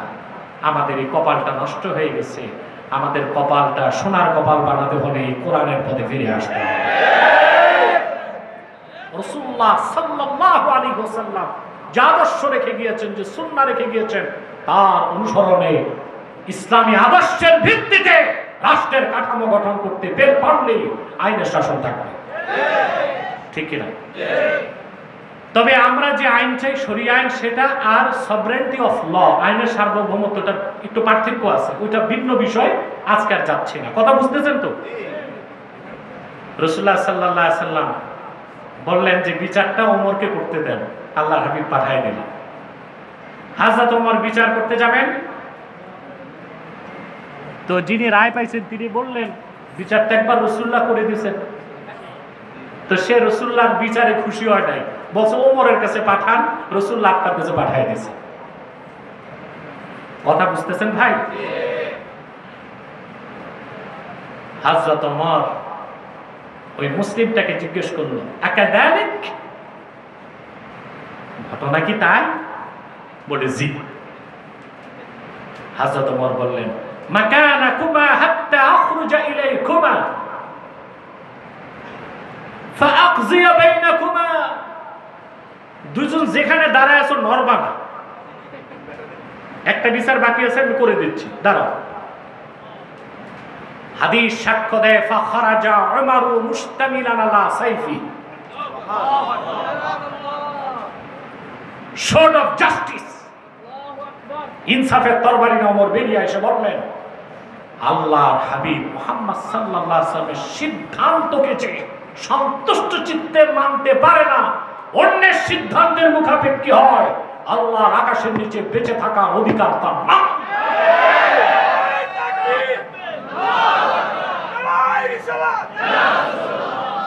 এই কথা বললেন, আর সেই নামধারী মুনাফিকের গর্দান কেটে দিলেন। পাশের যে ও এক দৌড় দিছে, সোজা মসজিদ নববীতে এসে থরথর করে কাঁদতেছে, বলে ইয়া রাসূলুল্লাহ সাল্লাল্লাহু আলাইহি ওয়াসাল্লাম বিচার তো হয়ে গেছে। বলে কি? বলে আপনার রায় যে মানে নাই, তার গর্দান কেটে দিয়েছে হযরত ওমর। হাদিস সাক্ষ্য দেয়, আল্লাহর হাবিব বললেন, মা কুনতু আযুন্নু আন্না উমর ইয়াজতারিউ আলা কতলে মুমিন।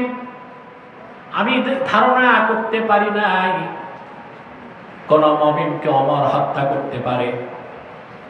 কথাটা শুনে ওমর ইবনুল খাত্তাবের চেহারাটা মলিন হয়ে গেছে। আসলেই কি আমি কোন মুসলমানকে মেরে ফেললাম নাকি? আল্লাহ রাব্বুল আলামিন হযরত ওমরের পক্ষে কোরআনের আয়াত নাযিল করে দিলেন। এত আস্তে, বাহিরে যারা সবাই একসাথে আল্লাহ আয়াত নাযিল করে ঘোষণা করলেন, ফালা ওয়া রাব্বিকা লা ইউমিনুনা হাত্তা ইউহাক্কিমুকা ফীমা শাজারা বাইনাহুম সুম্মা লা ইয়াজিদু ফী আনফুসিহিম হারাজাম মিম্মা مما قضيت ويسلموا تسليما فلا وربك মুহাম্মদ সাল্লাল্লাহু আলাইহি সাল্লাম আপনার রবের কসম, আমি আল্লাহ কসম করে বলছি, লা ইউমিনুনা হাত্তা ইউহাক্কিমুকা ফীমা শাজারা বাইনাহুম আই ফীমা ইখতালাতা বাইনাহুম। আপনার উম্মত খুসুসি ভাবে আপনার সাহাবীগণ তাদের ক্ষেত্রে সৃষ্ট বিরোধের নিরসনে আপনি যে সিদ্ধান্ত দেন তা যদি বিনা প্রশ্নে সন্তুষ্ট চিত্তে মেনে না নেয়, যতক্ষণ মেনে না নিবে, আমি আল্লাহ কসম করে বলি তারা মুমিন হতে পারবে না। প্রিয় ভাইরা, তোমাদেরকে আমার প্রশ্ন, আমরা শুধুমাত্র নামাজ, রোজা, হজ, যাকাত, সদকা, পোশাক আশাক কয়েকটা বিষয়ের ক্ষেত্রে সুন্নতের অনুসরণ করি, রাসূলুল্লাহ সিদ্ধান্ত মেনেছি, কিন্তু আমাদের ব্যক্তি জীবন, সমাজ জীবন, আর্থিক জীবন, পারিবারিক জীবন, সংসার জীবন, সাংস্কৃতিক জীবন, আমাদের রাষ্ট্র, আমাদের রাষ্ট্রের কাঠামো, এসব উমুরুদ দুনিয়া, উমুরুল মুহিম্মাত তাতাআল্লাকু বিদ-দুনিয়া, দুনিয়ায় বড় বড় কাজগুলোর ক্ষেত্রে আমরা রাসূলুল্লাহ সিদ্ধান্তগুলোকে মানতে পারি নাই। কিভাবে দাবি করব আমরা যে আল্লাহর হাবিবকে আমরা জীবনের চেয়ে বেশি ভালোবাসি? প্রমাণ তো দিতে পারলাম না। প্রমাণ দিতে হবে না? কথা বলে না। অতএব যদি খাঁটি সুন্নি আশিকে রাসূল প্রকৃত মুসলমান হতে চান, আল্লাহর হাবিব মুহাম্মদ সাল্লাল্লাহু আলাইহি ওয়াসাল্লামকে ১৫০০ বছর আগে সাহাবায়ে কেরাম যেরকম ভালোবাসতেন, আমাদের ওই রকম ভালোবাসতে হবে। আর এর প্রমাণ হচ্ছে জীবনের সকল ক্ষেত্রে আল্লাহর হাবিবের শরীয়তের অনুসরণ করতে হবে, ওনার আদর্শের অনুসরণ করতে হবে, ওনার সুন্নতের অনুসরণ করতে হবে।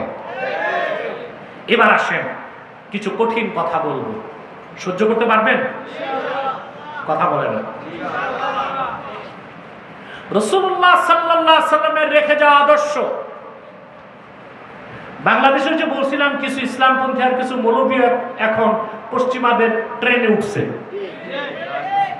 পশ্চিমাদের ওনারা এখন ভাবসাব বদলাই ফেলছে, বলতেছে আমরা ওয়েলফেয়ার স্টেট চাই, আমরা বহু সংস্কৃতির বাংলাদেশ চাই। আর একদল আছে নাস্তিক খোলামেলা বলে আমরা বহুত্ববাদ চাই, মানে মতবাদের কোন সব মতবাদকে কি করতে হবে। এর মানে হচ্ছে কত মতবাদী তো বাংলাদেশে আছে, যেমন হিজরা, তাদেরকে আপনি হিজরা বলতে পারবেন না, হিজরা এর হিজরা বলতে পারবো না, এটা একটা কথা। ট্রান্সজেন্ডার পুরুষ একটা, সে মনে মনে চিন্তা করলো আমি পুরুষটা, আমি মেয়ে, বাস রাষ্ট্রকে স্বীকৃতি দিতে হবে। হ্যাঁ, সে যেহেতু মনে করতেছে সে মেয়ে, আসলে পুরুষ, তো সে কি হবে, তাকে রাষ্ট্র কি বলবে? সমস্যা হবে না? হবে না? ঢাকা বিশ্ববিদ্যালয়ে ছাত্রদের হল আলাদা, ছাত্রীদের হল। এখন যে ট্রান্সজেন্ডার, অর্থাৎ আল্লাহ বানাইছেন পুরুষ কিন্তু ও লিখছে কি নারী, রাষ্ট্র যদি তারে নারী স্বীকৃতি দেয় তো তার জায়গা হল প্রশাসনকে কোথায় দিতে হবে? মহিলা ক্যাম্পাসে, মহিলাদের হলে, কিন্তু আসলে সে কি পুরুষ। অবস্থাটা কি হবে? আবার আরেকটা হচ্ছে সৃষ্টিগতভাবে মহিলা, কিন্তু সে বলতেছে আরেকটা পুরুষ, বুঝলেন? মহিলা সৃষ্টিগতভাবে বলতেছে আমি তো পুরুষ, আমি কি আসলে কি? এখন বহুত্ববাদ হচ্ছে রাষ্ট্রকে স্বীকৃতি দিতে হবে। সে যেহেতু বলতেছে মহিলা, পুরুষ হলো, তাকে কি বলতে হবে? ঢাকা বিশ্ববিদ্যালয়ে তাকে কোন হলে দেওয়া হবে? পুরুষ হলে, কিন্তু সে কি? এতগুলো পুরুষের মাঝে এই যে মহিলা ঢুকলো পুরুষ পরিচয় দিয়া, তার অবস্থা কি হবে? আমরা বহুত্ববাদকে বিশ্বাস করি না। যার যার ধর্ম তার কাছে, যার যার সংস্কৃতি তার কাছে, কিন্তু যেহেতু বাংলাদেশের রাষ্ট্র ধর্ম ইসলাম, ইসলাম ও শরীয়তের বিরোধী, কোরআন সুন্নাহর আইন বিরোধী কোন একটি কাজকে বহুত্ববাদ বা সংস্কৃতির নামে রাষ্ট্রীয় পৃষ্ঠপোষকতায় বাংলাদেশে প্রতিষ্ঠিত হতে দেওয়া হবে না।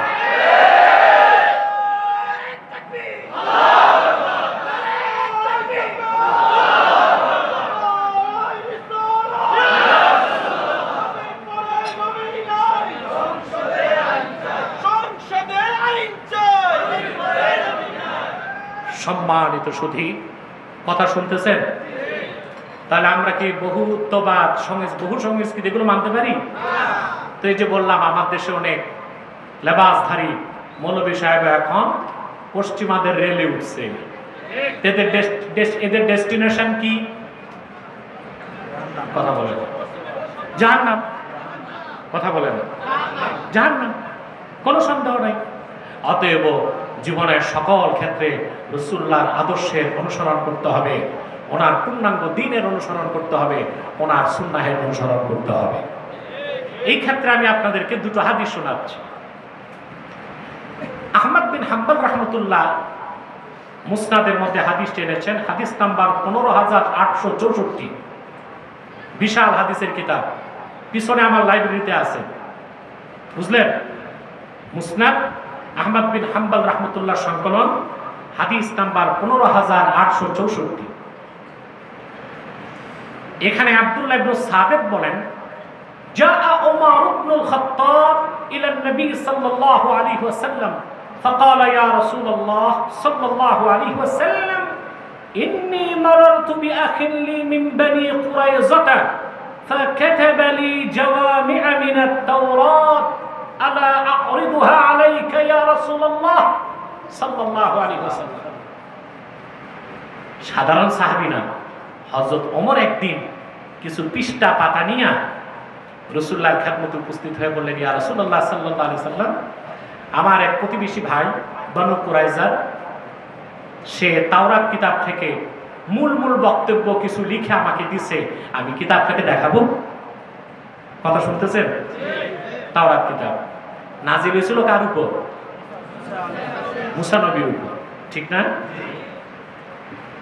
তো সেই তাওরাতের কিছু অংশ পৃষ্ঠায় লেখা তিনি এনে বলতেছেন, আমি কিতাবটাকে দেখাবো।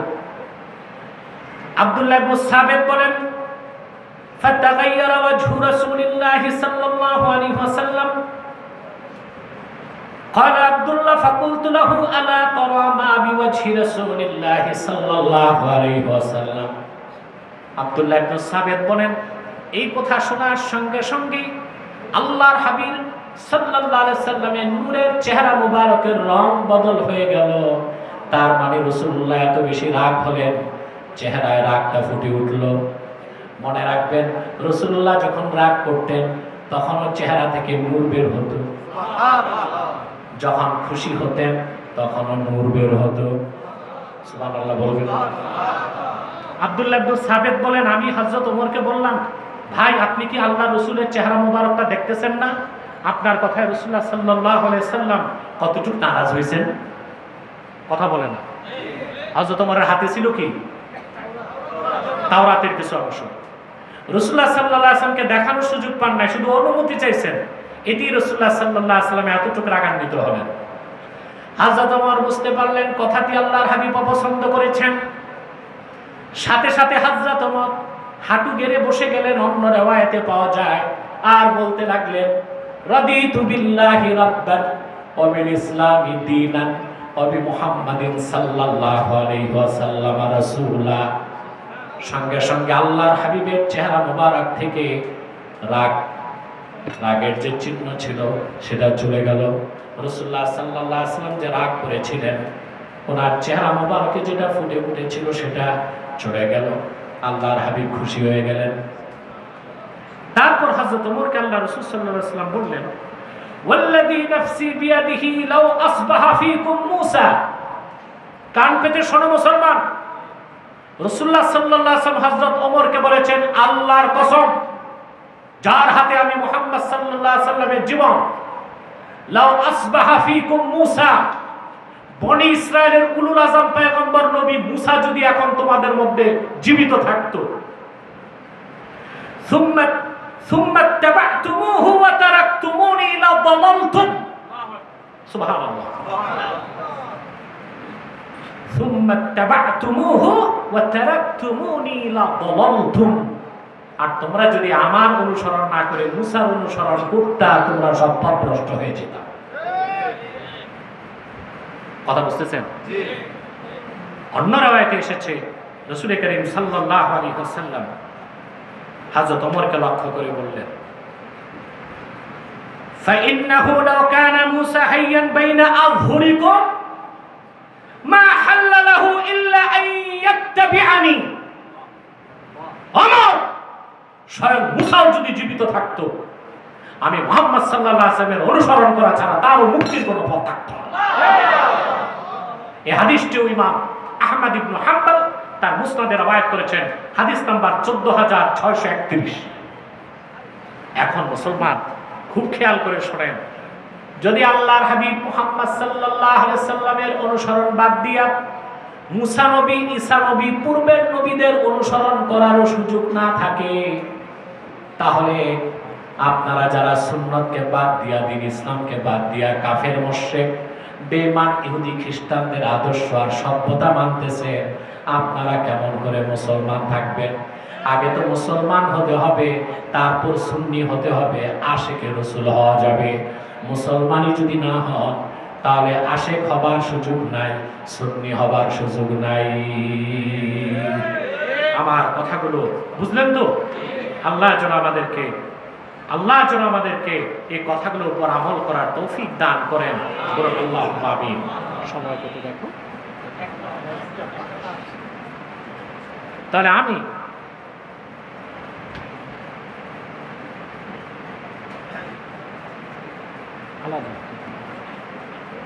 কথা শুনতেছেন ভাই? তাহলে আল্লাহর হাবিব সাল্লাল্লাহু আলাইহি সাল্লামের সুন্নতের অনুসরণ আমরা করব না ইনশাআল্লাহ। সুন্নতের ক্ষেত্রে একটা সংজ্ঞা আমি দিয়ে দিচ্ছি। আমরা কিন্তু অধিকাংশ মুসলমান সুন্নত বুঝি না। সুন্নত বলতে কি বুঝি? লাউ খাওয়া সুন্নত, মিষ্টি হালুয়া খাওয়া, তারপর দুপুরে খাবার পর একটু, রাতে খাবার পর একটু দস্তরখান, এই তো সুন্নত বুঝি। সুন্নত বুঝি না। সুন্নাত হচ্ছে আম্মা সুন্নাতু ফাহিয়া মা সান্না রাসূলুল্লাহ সাল্লাল্লাহু আলাইহি ওয়াসাল্লাম। রাসূলুল্লাহ সাল্লাল্লাহু আলাইহি ওয়াসাল্লাম যেই ক্ষেত্রে যেটা নীতি বানায় দিয়েছেন ওইটাই সুন্নাত। কথা বলেন? জি। রাসূলুল্লাহ সুন্নাতকে বাদ দিলে মুসলমান হবার কোনো সুযোগ নাই। আমি একটা উদাহরণ দিচ্ছি আপনাদেরকে। এশার নামাজ কয় রাকাত পড়ছেন? 4 রাকাত না ভাই? ফরজ কয় রাকাত?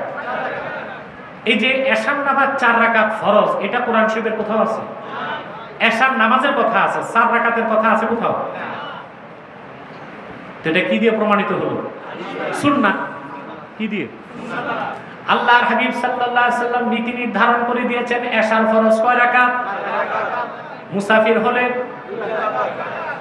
যোহর ফরজ, আসর ফরজ, মাগরিব ফরজ, ফজর ফরজ, এটা সুন্নাত।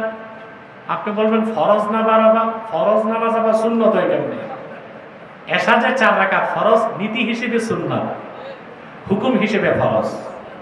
বুঝতে পারলাম? এশার নামাজের পর কয় রাকাত সুন্নাত? এই 2 রাকাত সুন্নাত, সুন্নতে মুআক্কাদা, নীতি হিসেবে সুন্নাত, হুকুম হিসেবেও সুন্নাত। এই 2 রাকাতের পর আবার নাম কি ওই নামাজের? বেতের না, উইত্র।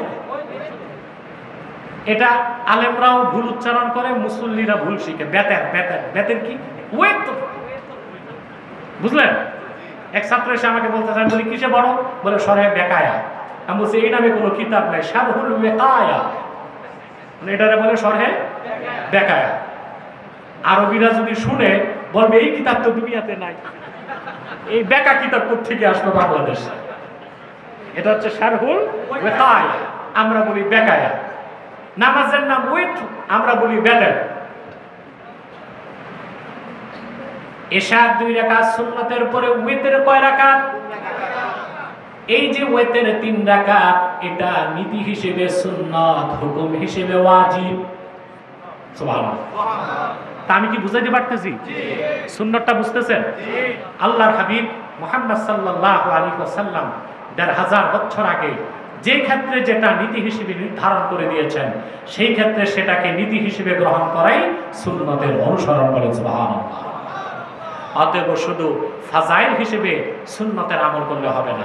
আমাদের দেশে আপনার মালবুসাত, মাশরুবাত, মাতউমাত, এইসব ক্ষেত্রে পীর সাহেবরা খুব জোর দেয় সুন্নত তরিকায় চলবেন, জুব্বাটা কিরকম দেখতে হবে, সুন্নত তরিকায় আছে কিনা, টুপিটা সুন্নত তরিকায় আছে, এটা ভালো কথা। সুন্নত তরিকায় কাপড় পোশাক আশাক পরা অনেক ফজিলত, কিন্তু যারে আপনি জুব্বা পরার সুন্নত শিখাচ্ছেন সে রাসূলুল্লাহ শরীয়তের অনেক কিছুই মানে না, তো তার জুব্বা পরার কি লাভ? তার জুব্বা এটা কি সুন্নতি জুব্বা হবে না এটা পাদ্রীদের জুব্বার মতো হবে? সুন্নত তো বুঝতে হবে। রাসূল কারীম সাল্লাল্লাহু আলাইহি সাল্লাম যা নীতি হিসেবে নির্ধারণ করেছেন জীবনের সকল ক্ষেত্রে তার অনুসরণ করতে হবে, নতুবা মুসলমান হবার কোনো সুযোগ নাই। আল্লাহর হাবিবের সুন্নতের বাইরে, তরিকার বাইরে, শরীয়তের বাইরে মুক্তির পথ নাই, আল্লাহ পর্যন্ত পৌঁছার পথ নাই। এই কোরআনে আল্লাহ চূড়ান্ত সিদ্ধান্ত দিয়েছেন, কুল ইন কুনতুম তুহিব্বুনাল্লাহা ফাত্তাবিউনি ইউহিব্বুকুমুল্লাহ ওয়া ইয়াগফির লাকুম যুনুবাকুম ওয়াল্লাহু গফুরুর রহিম। তাফসীর কুরতুবীতে এসেছে, অন্যান্য তাফসীরে এসেছে। ইহুদিরা বলতো, বুঝলেন, ইহুদিদের মধ্যে একটা আলেম ছিল কাব ইবনুল আশরাফ, কি নাম? এই শয়তানটা ইহুদিদেরকে প্ররোচনা দিত যে আমরা তো উজাইরকে আল্লাহর বেটা কেন বলি, আল্লাহকে পাওয়ার জন্য দিত। খ্রিস্টানদেরকে উস্কানি দিত, তোমরা যে ঈসারে আল্লাহর বেটা বলো, নাউজুবিল্লাহ। উজাইর আল্লাহর বেটা ছিল না, আল্লাহর দাস ছিল। ঈসা আল্লাহর বেটা ছিল না, আল্লাহর নগণ্য দাস ছিল। তার মা মরিয়ম আল্লাহ তাআলার নগণ্য দাসী ছিল। তো বলতে আমরা তো এই ধর্মগুলো পালন করি আল্লাহকে পাওয়ার জন্য। আমার বড় কষ্ট লাগে, কাব ইবনুল আশরাফ অভিশপ্ত ইহুদি মৌলবী আলেম, ধ্বংস হয়ে গেছে ১৫০০ বছর আগে, কিন্তু কাব ইবনুল আশরাফের কথাগুলো বলার মতো তথাকথিত কিছু ভণ্ড পীর সুফিবাদী বাংলাদেশে আছে। তারা মানুষকে শিখায় যে যার ধর্ম পালন করুক, সমস্যা নাই, সুফিবাদ চর্চার মাধ্যমে আল্লাহকে পাওয়া যাবে। এই কথাটা কুফর কিনা? শক্তি দিয়া বলতে হবে কুফর কিনা? আল্লাহর হাবিবের তরিকার বাইরে আল্লাহকে পাওয়া যাবে, এই সিদ্ধান্ত কার? যদি কেউ বলে যে যার ধর্ম পালন করুক, সবাই তো আল্লাহকেই চায়, এই কথাগুলো প্রচার করে গেছে লালন। লালন ঐতিহাসিকরা এখনো সিদ্ধান্তে পৌঁছতে পারে না লালন কি হিন্দু ছিল না মুসলমান ছিল। এটা একটা বিতর্কিত বিষয়।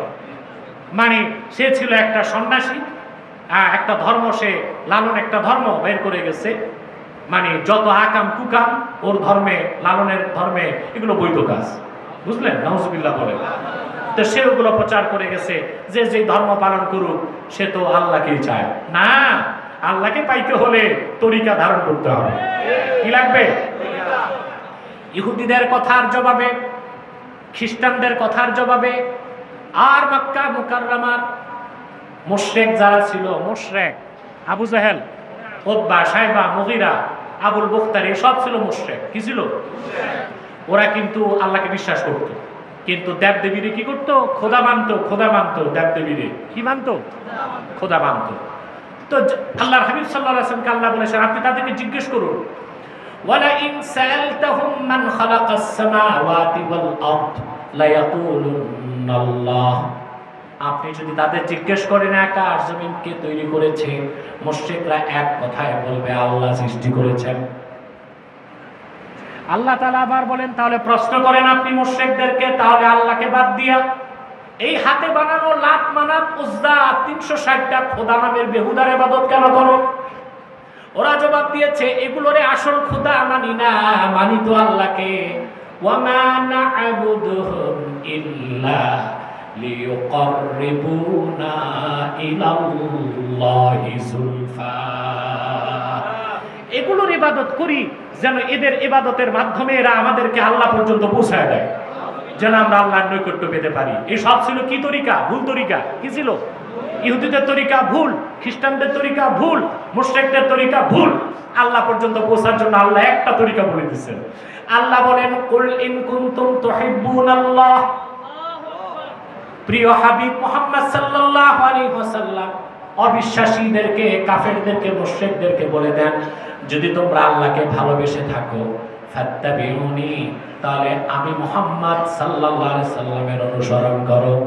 তার মানে রাসূলুল্লাহর অনুসরণের বাইরে কোনো ধর্মচর্চা, কর্মচর্চা, মতবাদ, দর্শন, সুফিবাদ এগুলো মানার মাধ্যমে নাজাতের কোনো ব্যবস্থা নাই, আল্লাহ পর্যন্ত পৌঁছা যাবে না। যাবে? এরপর আল্লাহ বলেছেন যদি আপনার অনুসরণ করে আপনি এটাও বলে দেন ইউহিব্বুকুমুল্লাহ, আল্লাহ তোমাদেরকে ভালোবাসবেন, ওয়া ইয়াগফির লাকুম যুনুবাকুম, তোমাদের জীবনের সমস্ত গুনাহ আল্লাহ মাফ করে দিবেন, আল্লাহু গফুরুর রহিম, আল্লাহ হচ্ছেন ক্ষমাশীল এবং দয়ালু। বলে সুবহানাল্লাহ। আমি দীর্ঘ সময় আপনাদেরকে যে সবক দিলাম তা মনে থাকবে তো ইনশাআল্লাহ? জোরে বলেন ইনশাআল্লাহ। আমরা সারা দেশ থেকে লোক আসে বার্ষিক মাহফিলে মৌলিক বিষয়ে তালিম দিয়ে থাকি, বুঝলেন?